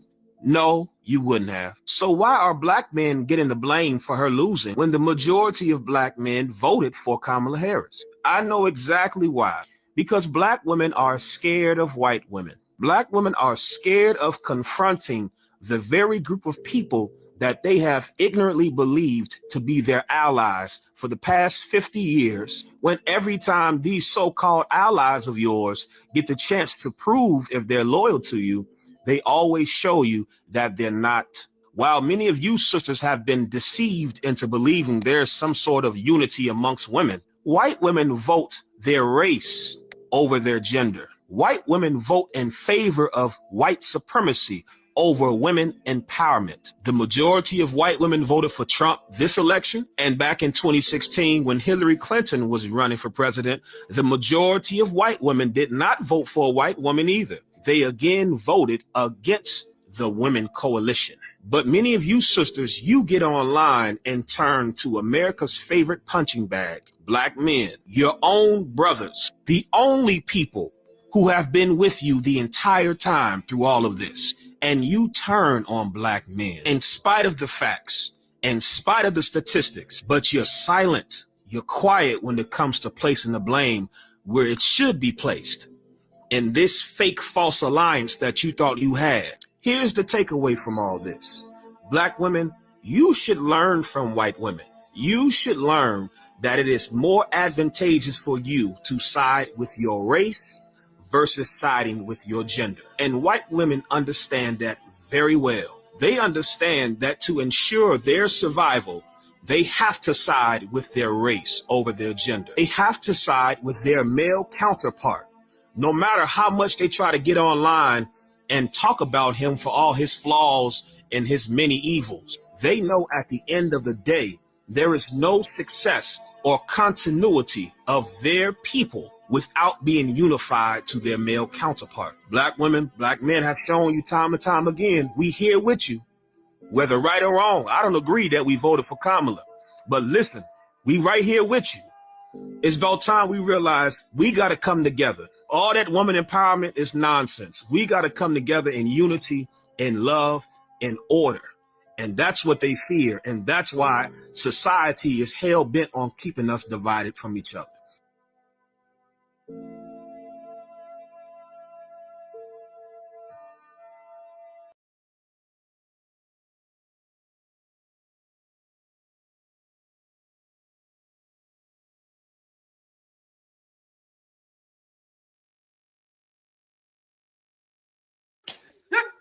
Mom, why do you say that though? Yes, sir. Trump 2024. All right, but you ain't a black gonna be in the office, and his white is gonna be out. We're taking the trash out, loser. So you see what was going on there? That was a black woman, a black queen, telling a black man, this is what's going to happen to you people. Even Kamala is not even yet in power. So you will never see other races talking to their black men like this. Hey, female is about to be president. This is what we're going to do. You're going to take the trash out. You're going to do this. You're going to do. Do you see here? Do you see the disrespect? You don't see this happening in the Indian community, where the Indian woman will talk to a black, Indian man like that. A Chinese woman will talk to a Chinese man like that. A white woman will talk to a white man like that. We are about to have female president. This is what's going to happen. You already have an agenda of what to do to your men. You already have an agenda to disrespect your men in the home. Take the trash. Do this. Do that. Hey, get out. Hey, have you done? You already see the agenda. Do you see that? Against a black man? And then she's so proud. Drive through a restaurant and then to the window. Drive through. And then you're talking to a man like this. You're about to take the truck. What?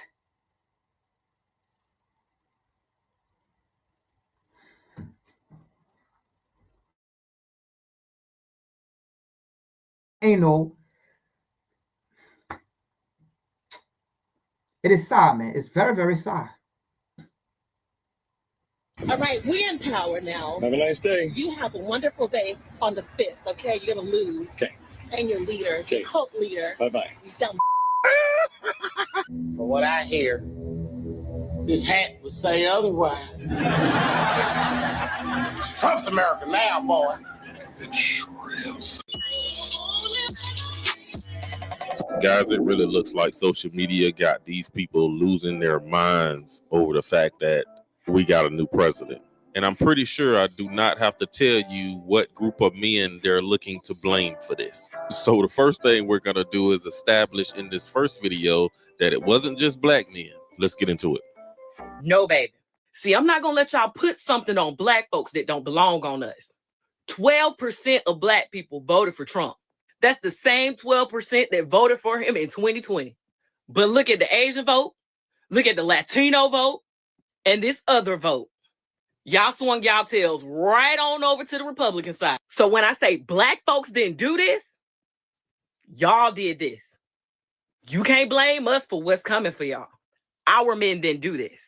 All I can tell you is good luck. Y'all failed us. Like, y'all failed us, and I really... Look at lips. Y'all failed us so bad, bro, and I don't want to hear nothing about it. I don't want to hear no complaints. Oh my God, you're crying on the internet. Bro, you do not know how it felt to live with that man as president before, especially as a black woman. You do not know the way they treated us. You do not know. What disappointed me the most is black men. I'm not even going to talk about Latino men. I'm going to let their people deal with them. But I'm going to talk about black men and how y'all could have made such a big difference. Oh my God. Reporter that outed the black men who went and voted for Trump. What the is wrong with y'all? What the is wrong with y'all? Y'all are so money hungry for someone who's not going to years, real broke. The police gonna start killing you young one by one by. I might wake up a motherfucking slave. Disney Plus.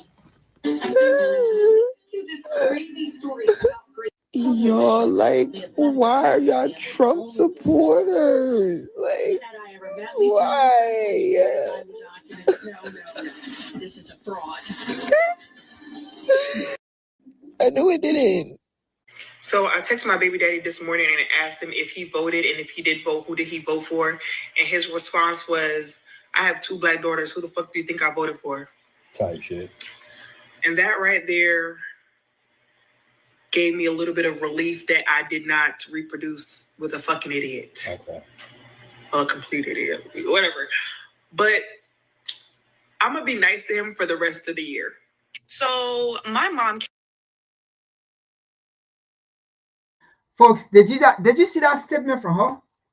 I call my baby daddy. Asking who did you vote for? My baby daddy said, of course, I have 2 black daughters who I was going to vote for. And she said, yes, at that point of time, I felt release. That I did not have a baby, as I will paraphrase it, by a demon. I did not have a baby by someone who don't have sense. Wow. So black men have to vote based on gender now.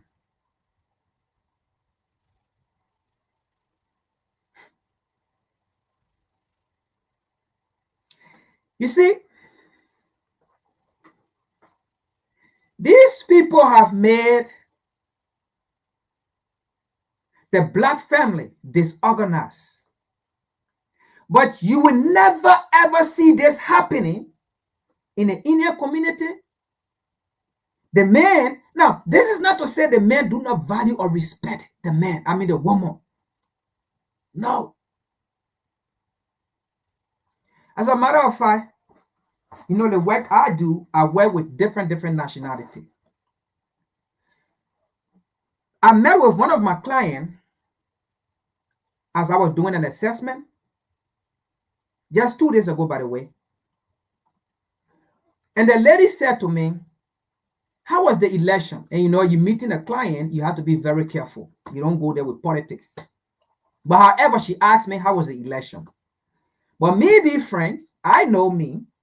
And I said to her, the election was great. Whoever won, you know, is our president. You know, Donald Trump won. Donald Trump is our president. If Kamala Harris was going to win, Kamala Harris was going to be our president. So I love any of them. Because at the end of the day, my paycheck is still going to be the same. You know, I just said something and we laugh. And then from that, she said, and this person from one of those, you know, yeah, Asian country. And she said to me,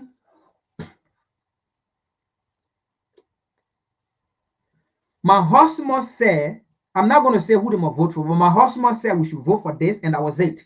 My husband made a decision, and our children agreed. And the father too lived with them, and my father said we should. And I'm telling you, and according to her, they sat down and they discussed why. They discussed why they should go that route and they shouldn't go this route. You see that? They had a family gathering, family discussion, why they should go this route. So it was not a call like this lady just made a call. Who did you vote for? So she never sat with her man to ask her man, who should we vote for? Now, if we vote for Party X, is it going to be in our interest?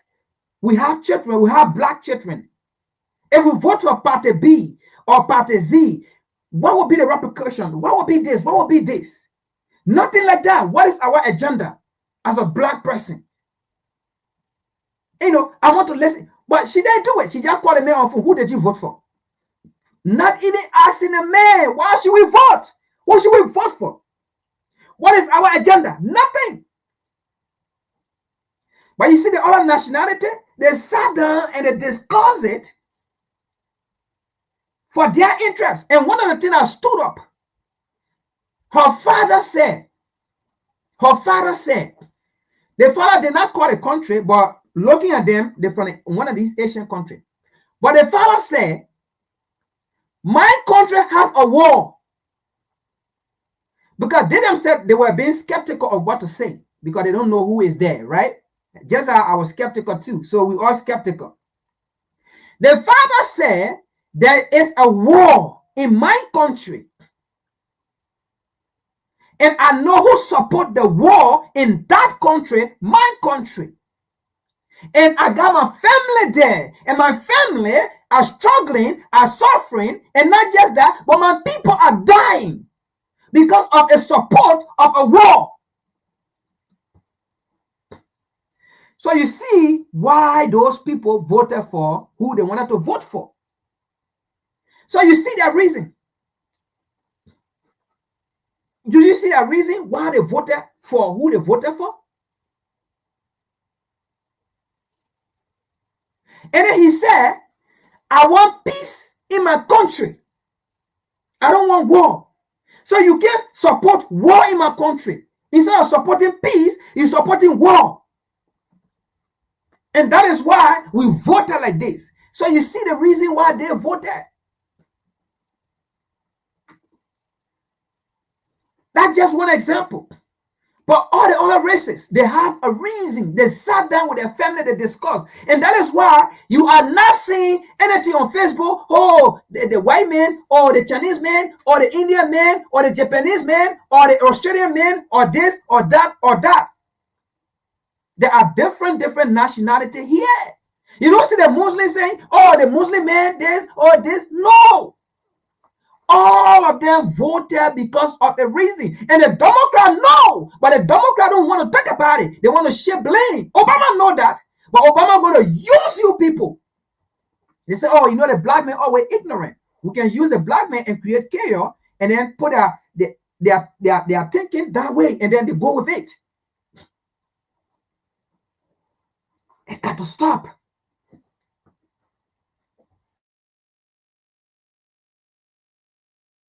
Casually reaches out to me like, hey, you know, did you vote? Your brothers voted. They voted for Trump.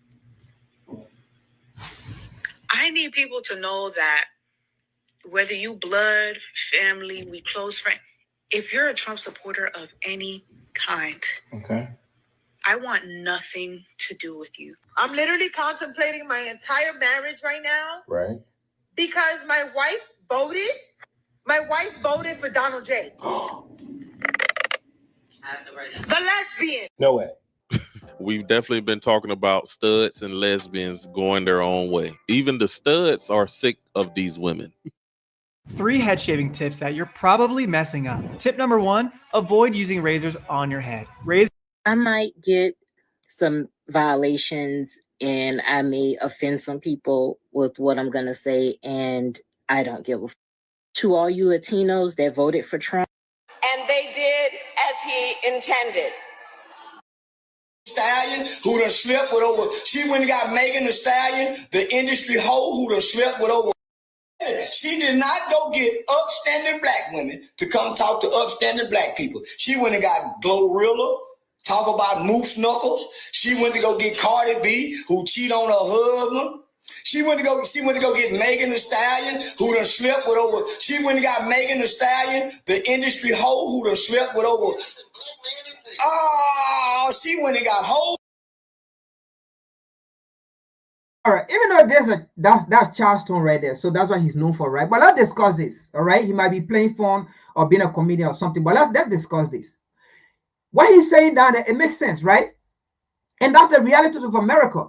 They never use the educated black men. Now, let me make this clear. There are a lot of black men who are educated. Obama is educated, right? But he's a bourgeoisie. But when I say educated, right, I'm speaking in terms of people who know the agenda of black people, right? That's the form I'm speaking. I'm not speaking in the form of Obama. He's very educated, but he's a bourgeoisie. No. But they never use the black man or the black woman who know the issues affecting black people. They never use them. They use the black man and the black woman who do not understand the issue, or even if they understand, but who care less to discuss the issue of the black man, of the black woman when they are on stage. Those are the kind of people they use. And because of some of these things, the black men will not go and vote for these things. And black women, we want you to understand that. Again, even though it is not because of the black man Kamala Harris lost the election, we have said it here. She lost the election. They lost the election because of the bad policy. You can't put sanction on other people's nation, and those nations, they have citizens here, and you expect those nations to vote for you. It's not going to happen. It's not going to happen. You put sanction on those nations, right?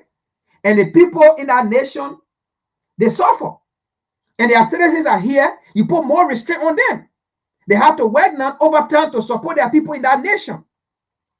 Other than if there is a peace, their people will go and struggle and hustle for themselves, right?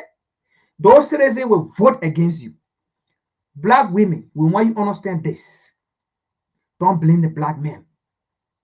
People voted for Hillary, or not Hillary Trump, but Trump, Hillary Trump. People voted for Donald Trump because of the bad policy of the US, because of the bad policy of the Democrat.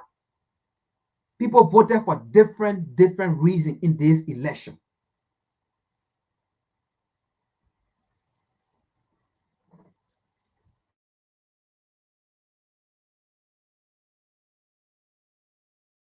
Them bitches to try to talk to black women. My mama wouldn't dare listen to no woman that come out talking As he intended. Oh, you guys are at the wrong rally.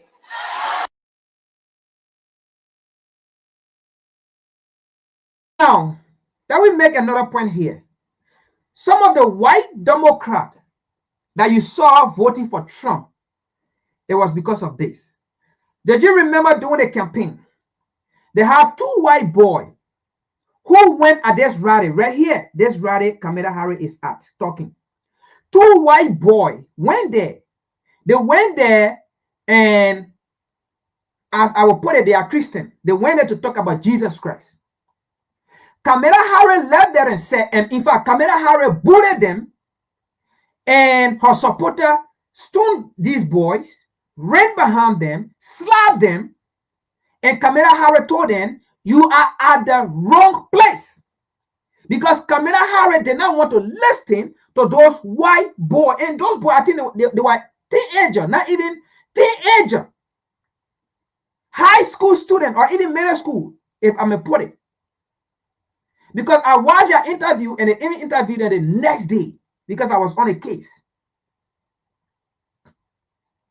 Kamala Harris told them, you are at the wrong place. Now, those boys, their entire family, their entire friends, right? They went on the side of that boy. Even if they were Democrat and they wanted to vote for Kamala Harris, but because she humiliated them, those boy family, the friends of those friends, they voted against Kamala Harris. And not just that, those boys, like the Christian community, those boys the church, they voted against Kamala Harris, even if they were Democrat. Okay? Now, those boys, right, because they went there to talk about their religion, to talk about their faith, and they were humiliated. Those boys won a lot of support from the Christian community who felt passion for them too, and they voted against Kamala Harris. Because as a leader, she did not even listen to them. I mean, you asking for vote, you campaigning, and you never listen to these people.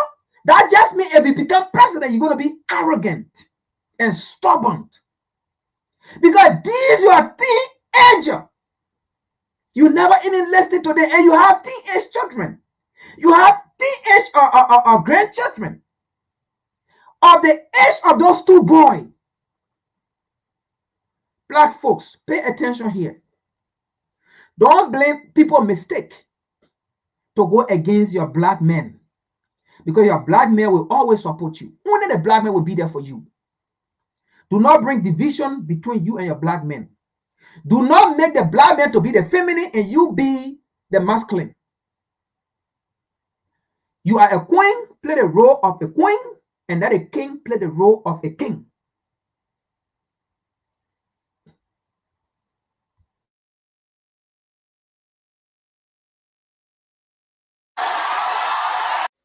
When they yelled out Jesus is Lord and she said you at the wrong rally, yeah. Kamala Harris did not lose to Donald Trump. Kamala Harris lost to Jesus Christ himself because this woman really thought that she was going to rebuke his name in front of millions and become the leader of our nation. She thought she was going to rebuke Jesus Christ, the king, in front of millions and become the leader of our nation. Are you serious? You thought you were going to rebuke the man who died and rose again and become the leader of our nation? You were competing against Jesus Christ. She thought she was going to win against the king. She thought she was going to win against the king, y'all. That is crazy. Somebody pray over that woman. Somebody bring her a Bible. This is what she needs. She needs to find Christ. She needs to come to God. Because the fact that she thought she was going to compete against Jesus, she thought she even had any chance of winning against Christ. Climate problems are increasing. Cold and snowstorms are becoming a problem. Don't worry. The presidency, the House, the Senate, and the popular vote? Damn! I hope that makes Democrats realize they need actual, policy ideas and not just run on abortion. And also, pick better candidates. I don't know. Exactly. She never came out.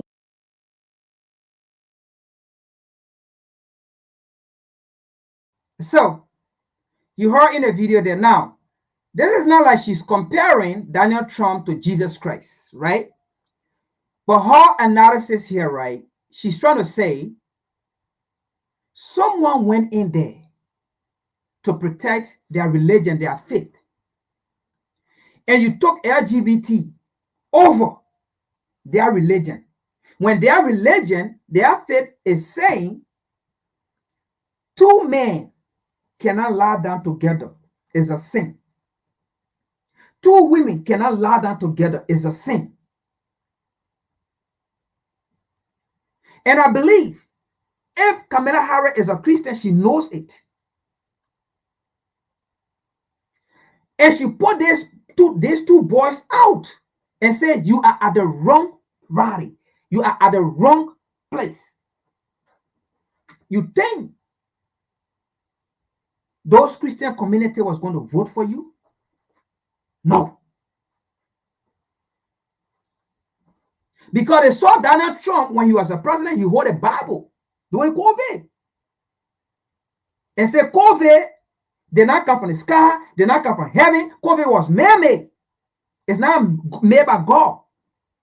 He took the Bible and went with it, right? These are the things that made Democrat the lost election. And then you heard the lady saying, you can't run on abortion. Right. You heard her say, that's a female. And by the way, you black people, black women, sorry to say this because, like I said, we are always being youngs. You heard a white woman saying down there, you cannot run on abortion. Because you know what? These people understand that they will not abort their race. The more they abort, there will be a decrease in population. Their population already shrinking. It's shrinking, right? It's declining. So they know that abortion thing, it does not apply to them. They want to have more babies to increase their population declining. So they know that abortion thing does not apply to them. You black woman, if you want to take that, it's you because they are saying black population is increasing. So it applies to them. So that is why abortion right, white people don't see it. Because they want to get pregnant, to have babies, to increase their population. That's why she said, you think you're going to run an abortion policy and you win? You should come out with better policy. You should come out with better candidate. You heard the white woman talking. Black woman. Dang, black woman. Dang.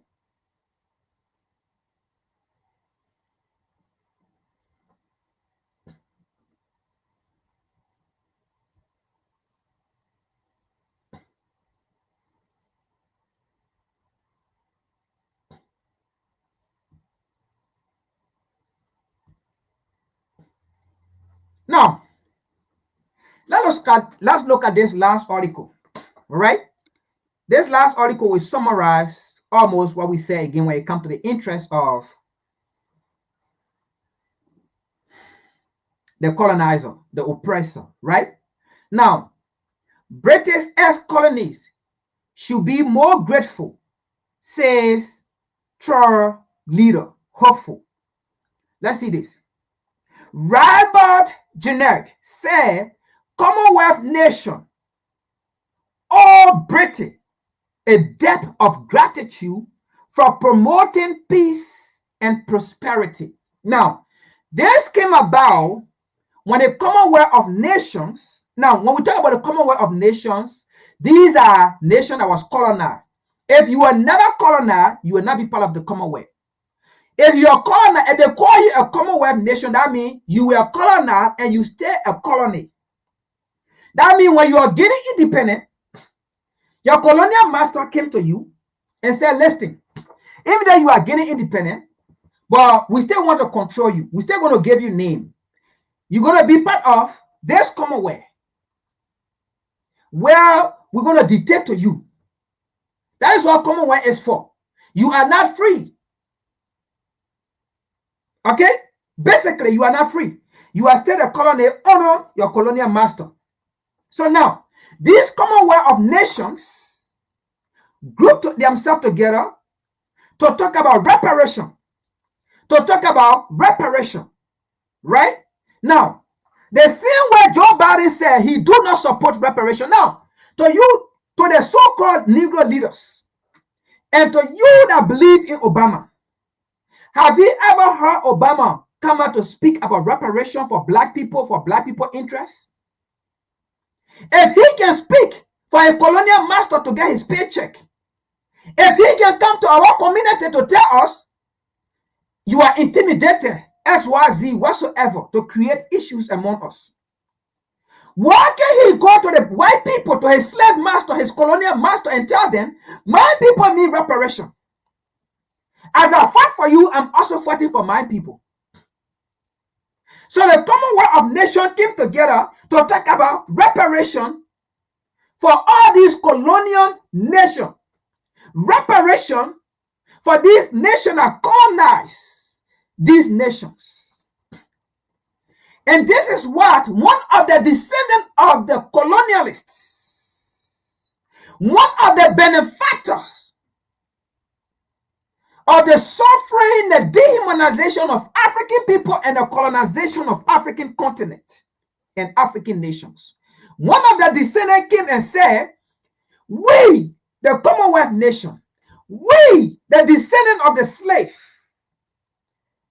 should be more grateful in debt to the colonialists for promoting peace and prosperity in our nation, in our community. Now, let's go to Barack Obama. Let's go to Nana Akufo. I told you I was coming to them. Let's go to William Ruto. Let's go to Tinubu. Let's go to all the corrupt African leaders. Your slave master says, you, I don't even want to say we, I am not part of that we. You, he's talking to you people. Your slave master says, you people should be more grateful for the peace and security that the slave master had created in your nation. And they say, you guys should be grateful. Ask yourself, what is the peace and security that they have promoted in your continent, on your continent, in your nations, in your community, whatsoever it is? What is the peace and prosperity that they have promoted? Because last time we checked, the same colonialists, the same US, the same Europe supported war, insurgency in Libya, and they killed Gaddafi the last time we checked. Oh no, even Barack Obama, the same bourgeoisie I told you I was coming for you. The same Barack Obama went and killed Gaddafi. And today, look at where Africa is. The same Barack Obama supported the Arab And today, you have them all in that region. Is that the peace and security that they promote on the African continent in our nations? That they say we should be more grateful for? African leaders, this come to you. Barack Obama, this come to you. Because you started. You went and killed an African leaders who call you my brother, who came and shook your hand and said, yes, I have a black brother who is not the president, but when you betray him. That is why we will not respect you, Barack Obama. We will call you Barack Obama. We will not call you former president. We will not respect you. And by the way, we have planned that the day you go on the African continent, we will boo you.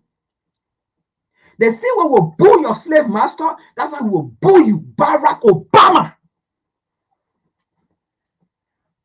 And then at the end, you came to say it was one of the greatest mistakes you did. Now, it was one of the greatest mistakes you did. Fine, you said it. But did you go back to correct your mistake? Did you go back to gain the peace and security to Libya?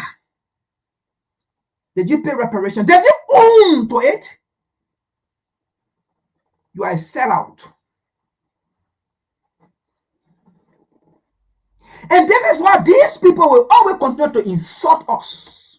Because we don't have leader. Because we are not united. Because we don't have agenda. At the end of the day, our African leader will still sell the resources to these people. And if they are not sell, give it to them. They don't sell it. At the end of the day, our African leaders will still give the resources to these people. And African leader that will say no to the white man, that will say no to bow down to them, our African leaders, the bourgeoisie, will go against these people. We saw it. Nana Akufo-Addo and the whole ECOWAS wanted to go and raid Niger, carry war in Niger, Mali and Burkina Faso to kill their brothers and sisters because of Washington, D.C. and Europe. But this is what they get to tell you people. Here is this devil, this evil man here. Listen what he said. And I don't blame these people whatsoever they say. Like I said numerous times here, I don't blame them. I don't blame them. I blame us. I blame the African leaders. I blame these bourgeoisie. Because even as we speak here, these people know what we are saying. It is the truth. But it is the bourgeoisie leader who hate us. It is Barack Obama who hate what we are saying. It is Nana Akufo-Addo who hate what we are saying. It is Tinubu who hate what we are saying. It is William Ruto who hate what we are saying. It is Ouattara who hate what we are saying. But the slave master, they know we are saying the truth. They don't hate us. They know we are saying the truth. The only thing is we are exposing them. That's the problem they have with us. We are exposing them. But the people who hate us, they are the bourgeoisie.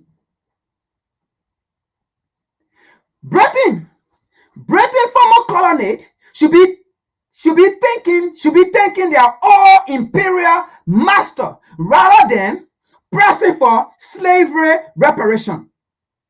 The men hoping to leave Britain Consecutive Party declare. Troy leadership hopeful Robert Jenrick said, many Commonwealth nations owe Britain a debt of gratitude. All Britain a debt of gratitude for the democratic institutions they inherited after UK handed over control. You see why we hate the ECOWAS? You see why we hate the EU or the AU, sorry. You see why we hate the ECOWAS? You see why we hate the AU? We the African masses, we the African youth, we the new generation, this contemporary Africans. This is why we hate ECOWAS, we hate AU.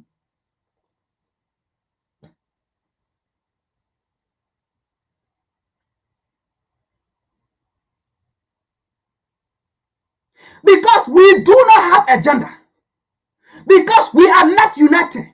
The African youth, the African masses are saying, leaders of Africa, we need to unite. We need to do away with these border issues. We need to have one army. We need to have one currency. We need to have one passport. It is the leader, it is the people who are calling for it. You go Liberia, they call for it. You go Ghana, they call for it. You go Nigeria, they call for it. You go Africa, they call for it. You go Sierra Leone, they call for it. So why can't you people open your dumb ears and listen? Because we have recognized where our mistakes come from. Because of our disunity, confusion, divide and conquer, we are in this situation. But because you so-called Negro leader just want to be in power and getting the crumbs for your slave master, you don't care about the interests of the people you serve. And that is why these people will always insult us. Because you know what? They don't see what their people, what their forefathers did to us, what their forefathers did to our forefather. They don't see it as being wrong, because they see it as a means that it put them in a situation they are in today. It put them in a financial stability. It put them in a power.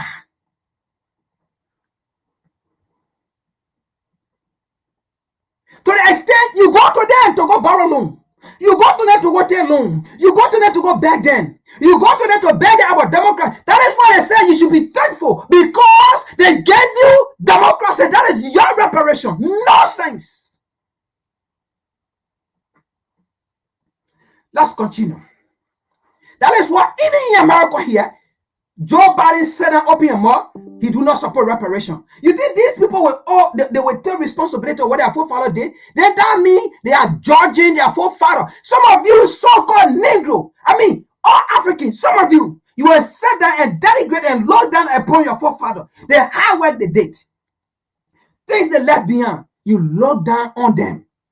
To the extent, Marco Garvey, there are many black who do not even want to mention the name Marco Garvey. Do not even mention the name around the Marco Garvey. They will get so pissed and say he wouldn't believe in Africanism. He wouldn't believe in black people. He wouldn't believe in this.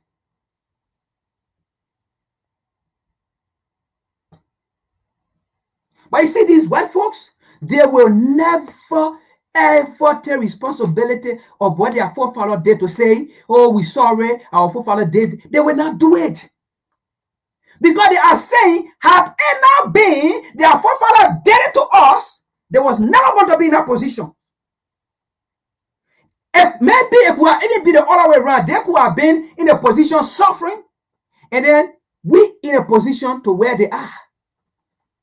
So they are grateful their forefather did it. So they will protect it. They will serve it. And they will say what they want to say. Do we have any democracy in Africa? These so-called leaders are so delusional. Every day they are there hallucinating that they have democracy. Let's continue here.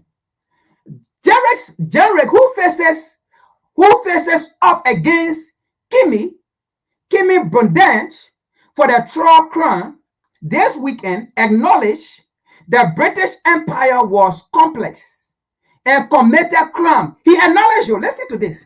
He acknowledged that the British Empire committed crime on terrible scales,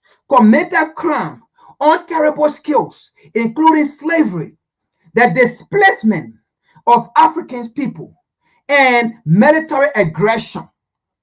You see, it is our same military aggression, that military tactics they are using today on the African continent, and our so-called leaders are there. For them to take away these bases. Now, Mali, Niger, Burkina Faso said they do not want American bases, they do not want Canadian bases, they do not want British bases, foreign bases. What did these bourgeoisie like Nana Akufo-Addo, Tinubu, Alasa did? Ouattara did?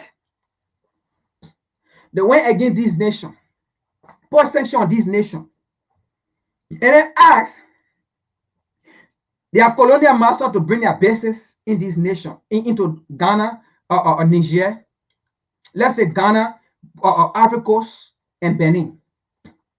Come and put your base here and continue to support the terrorists so that they will continue to terrorize the AES nations.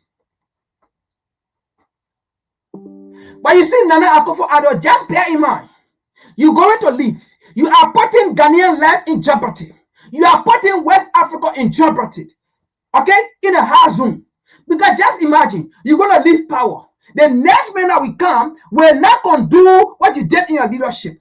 And then what's going to happen? You either have the presence of U.S. or foreign military base in there, and they have supported terrorists. Okay? The next government that may come may not be in line of your protecting the foreign policy. Then what happened? You already have a base for the terrorists. What's going to happen? your people in Ghana are going to be in jeopardy because they're going to be tolerant. Because guess what?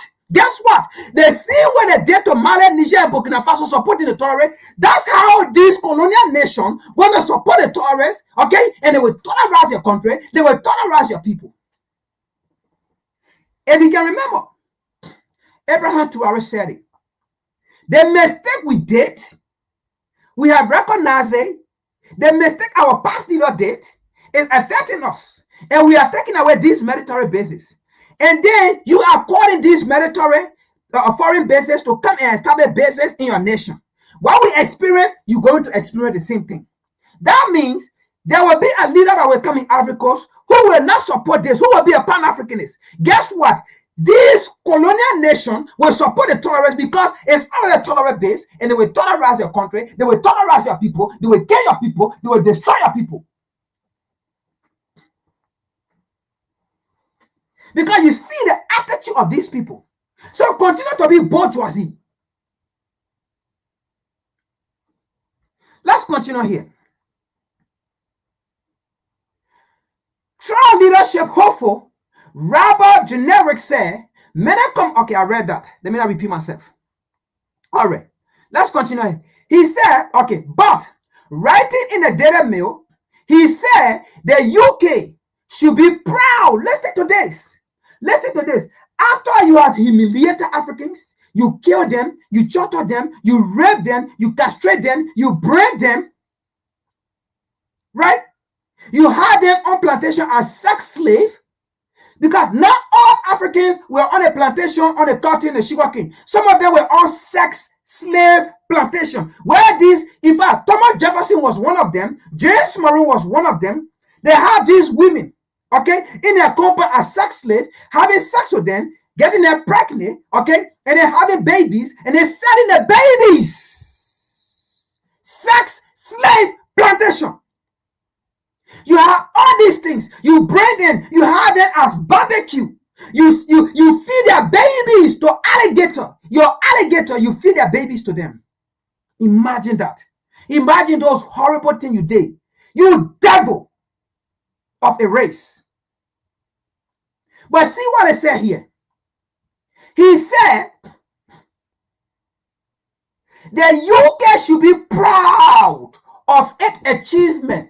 The UK, the colonial nation, the US should be proud of their achievement. Portugal should be proud of their achievement. Germany should be proud of their achievement.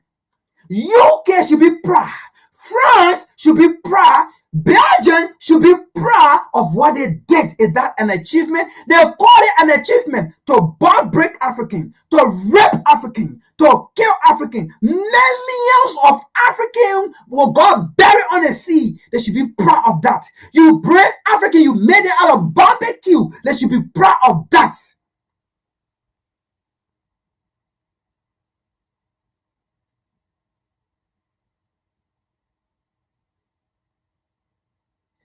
Listen to this. I will read it again.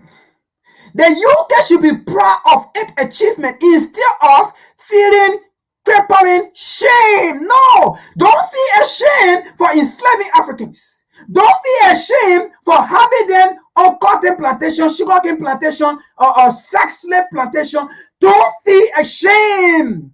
Don't feel ashamed. Through them when you create a Black Friday, when you are going to usher them, don't feel ashamed of having black people as property, because it is what you did to them that put in this position. Don't feel ashamed. If you feel ashamed, then you will feel ashamed of what you are today. The financial wealth your great-great-parent left for you, you will feel ashamed. Don't feel ashamed of treating them the way you treated them. And we will continue to treat them in the same manner. Don't feel ashamed. You so-called dumb-headed, stupid African leaders. Let's go to you people. You so-called dumb-headed bourgeoisie. Let's go to you people. He went as far as saying, former colonies recognized that the British system of governance was the best in the world for promoting peace, and prosperity, he said. Are you kidding me? He also said, how do you call it? This comment came in after the 55 Commonwealth. Okay? The 55 Commonwealth of Nations, the vast majority of which are former territory of the British Empire, agreed that the time has come for a conversation about reparation justice for the transatlantic slave trade. Prime Minister Keir Starmer has rejected the idea of reparation, just like Joe Biden. Okay? Reparation payment, promoting criticism from some member of his own party. Let's continue here. Wading into that road, Jerry wrote on Tuesday, many of our former colonies in the complex reality of empire or us. You see this? Or us. That means the former colonies, the people he colonized, the people he tortured, the people he enslaved. Like how Belgium went and cut off African hands, cut off their foot, right? Today they have chocolate of it. He's saying we owe them, okay? We owe them a debt of gratitude for the inheritance of what they left. At this time, right? If African nations still doing business with these colonial nations, then it is our fault. Like I said, I don't blame them. Then it is our fault. It is our fault that we still do business with this colonial nation. And then they will come to us and say, it is in the past. We should move on. But look at their attitude, look at their language, look at what they say, look at their writing, what they say. It is because of us. It is on us that we still do business with these people. If in any business, we give our resources to them because of these stupid African leaders, these bourgeoisie. It is because of them that these things still happen on the African continent. It is because of them. It is because of them because they fail to unite us. They fail to unite, and that is our biggest problem. It's just one, unity. Unity. And they always use our own people to bring confusion among us, and then we agree to it. It is unity. Yeah, the only thing suffering us, black people, it is unity. That's all. That is our problem. Unification. That's all. And then next to unification, we fail to have an agenda. We fail to identify an agenda. Those two things. Number one, unity. Number two, an agenda. We don't have it. We fail to drag those things. Unity and agenda. And until we do that, look, these people will continue to play phone all of us. They will continue to insult us. They will continue to look. If you give these people a chance, they will recolonize you. In fact, it will be more dangerous than what their forefathers did.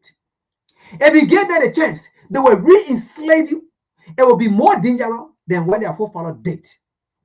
If they can come out with these comments, these writing, this attitude, this saying, if you give them a chance, they will do worse than what their forefathers did. Ladies and gentlemen, this is WCC. We end here today. I will see you all Saturday and Sunday. We got to go. Thank you for hanging in. Share, subscribe, like. Let me see here. I saw the writing here, a post here from Mason. Let me see if I can find it. I wanted to bring that to light. Okay. All right. We might do that. Mason said, Frank, we need a separate segment on this specific topic. I know what she was talking about. She's talking about black men and black women. All right. The hateful messages from Barack Obama that we're talking about. That's what she's trying to talk about. We need a separate segment on this specific topic, please. We desperately need it. Consider doing a specific segment about the war of the sexes between black women and black men. Absolutely, we will do that. We will do that. Thank you for that suggestion. We will absolutely do that. I saw it, so I just want to remind you that I didn't pass by it. I read every comment as I'm talking. So we will do that. We will do that. We'll work on that. But anyway, thank you for tuning in. Thank you for hanging around. Please like, share, subscribe, and then let it go as minute. Thank you for tuning in and hanging in. So once again, I am Frank. I am your host. This is where we come. We speak unapologetically because we bring our facts, not opinion. We speak on the obvious, and give the obvious reasons, right, or obvious solutions, right, to what is happening. That is why we speak the way we speak, because we don't speak on opinion. If we don't have the topic, we don't talk about it. If we don't understand it right, we don't talk about it. So for each time we talk about something, that means we have what we're supposed to speak on. All right. But anyway, thank you for tuning in and hanging around. We've been here for so long. I will see you all Saturday and Sunday. Peace.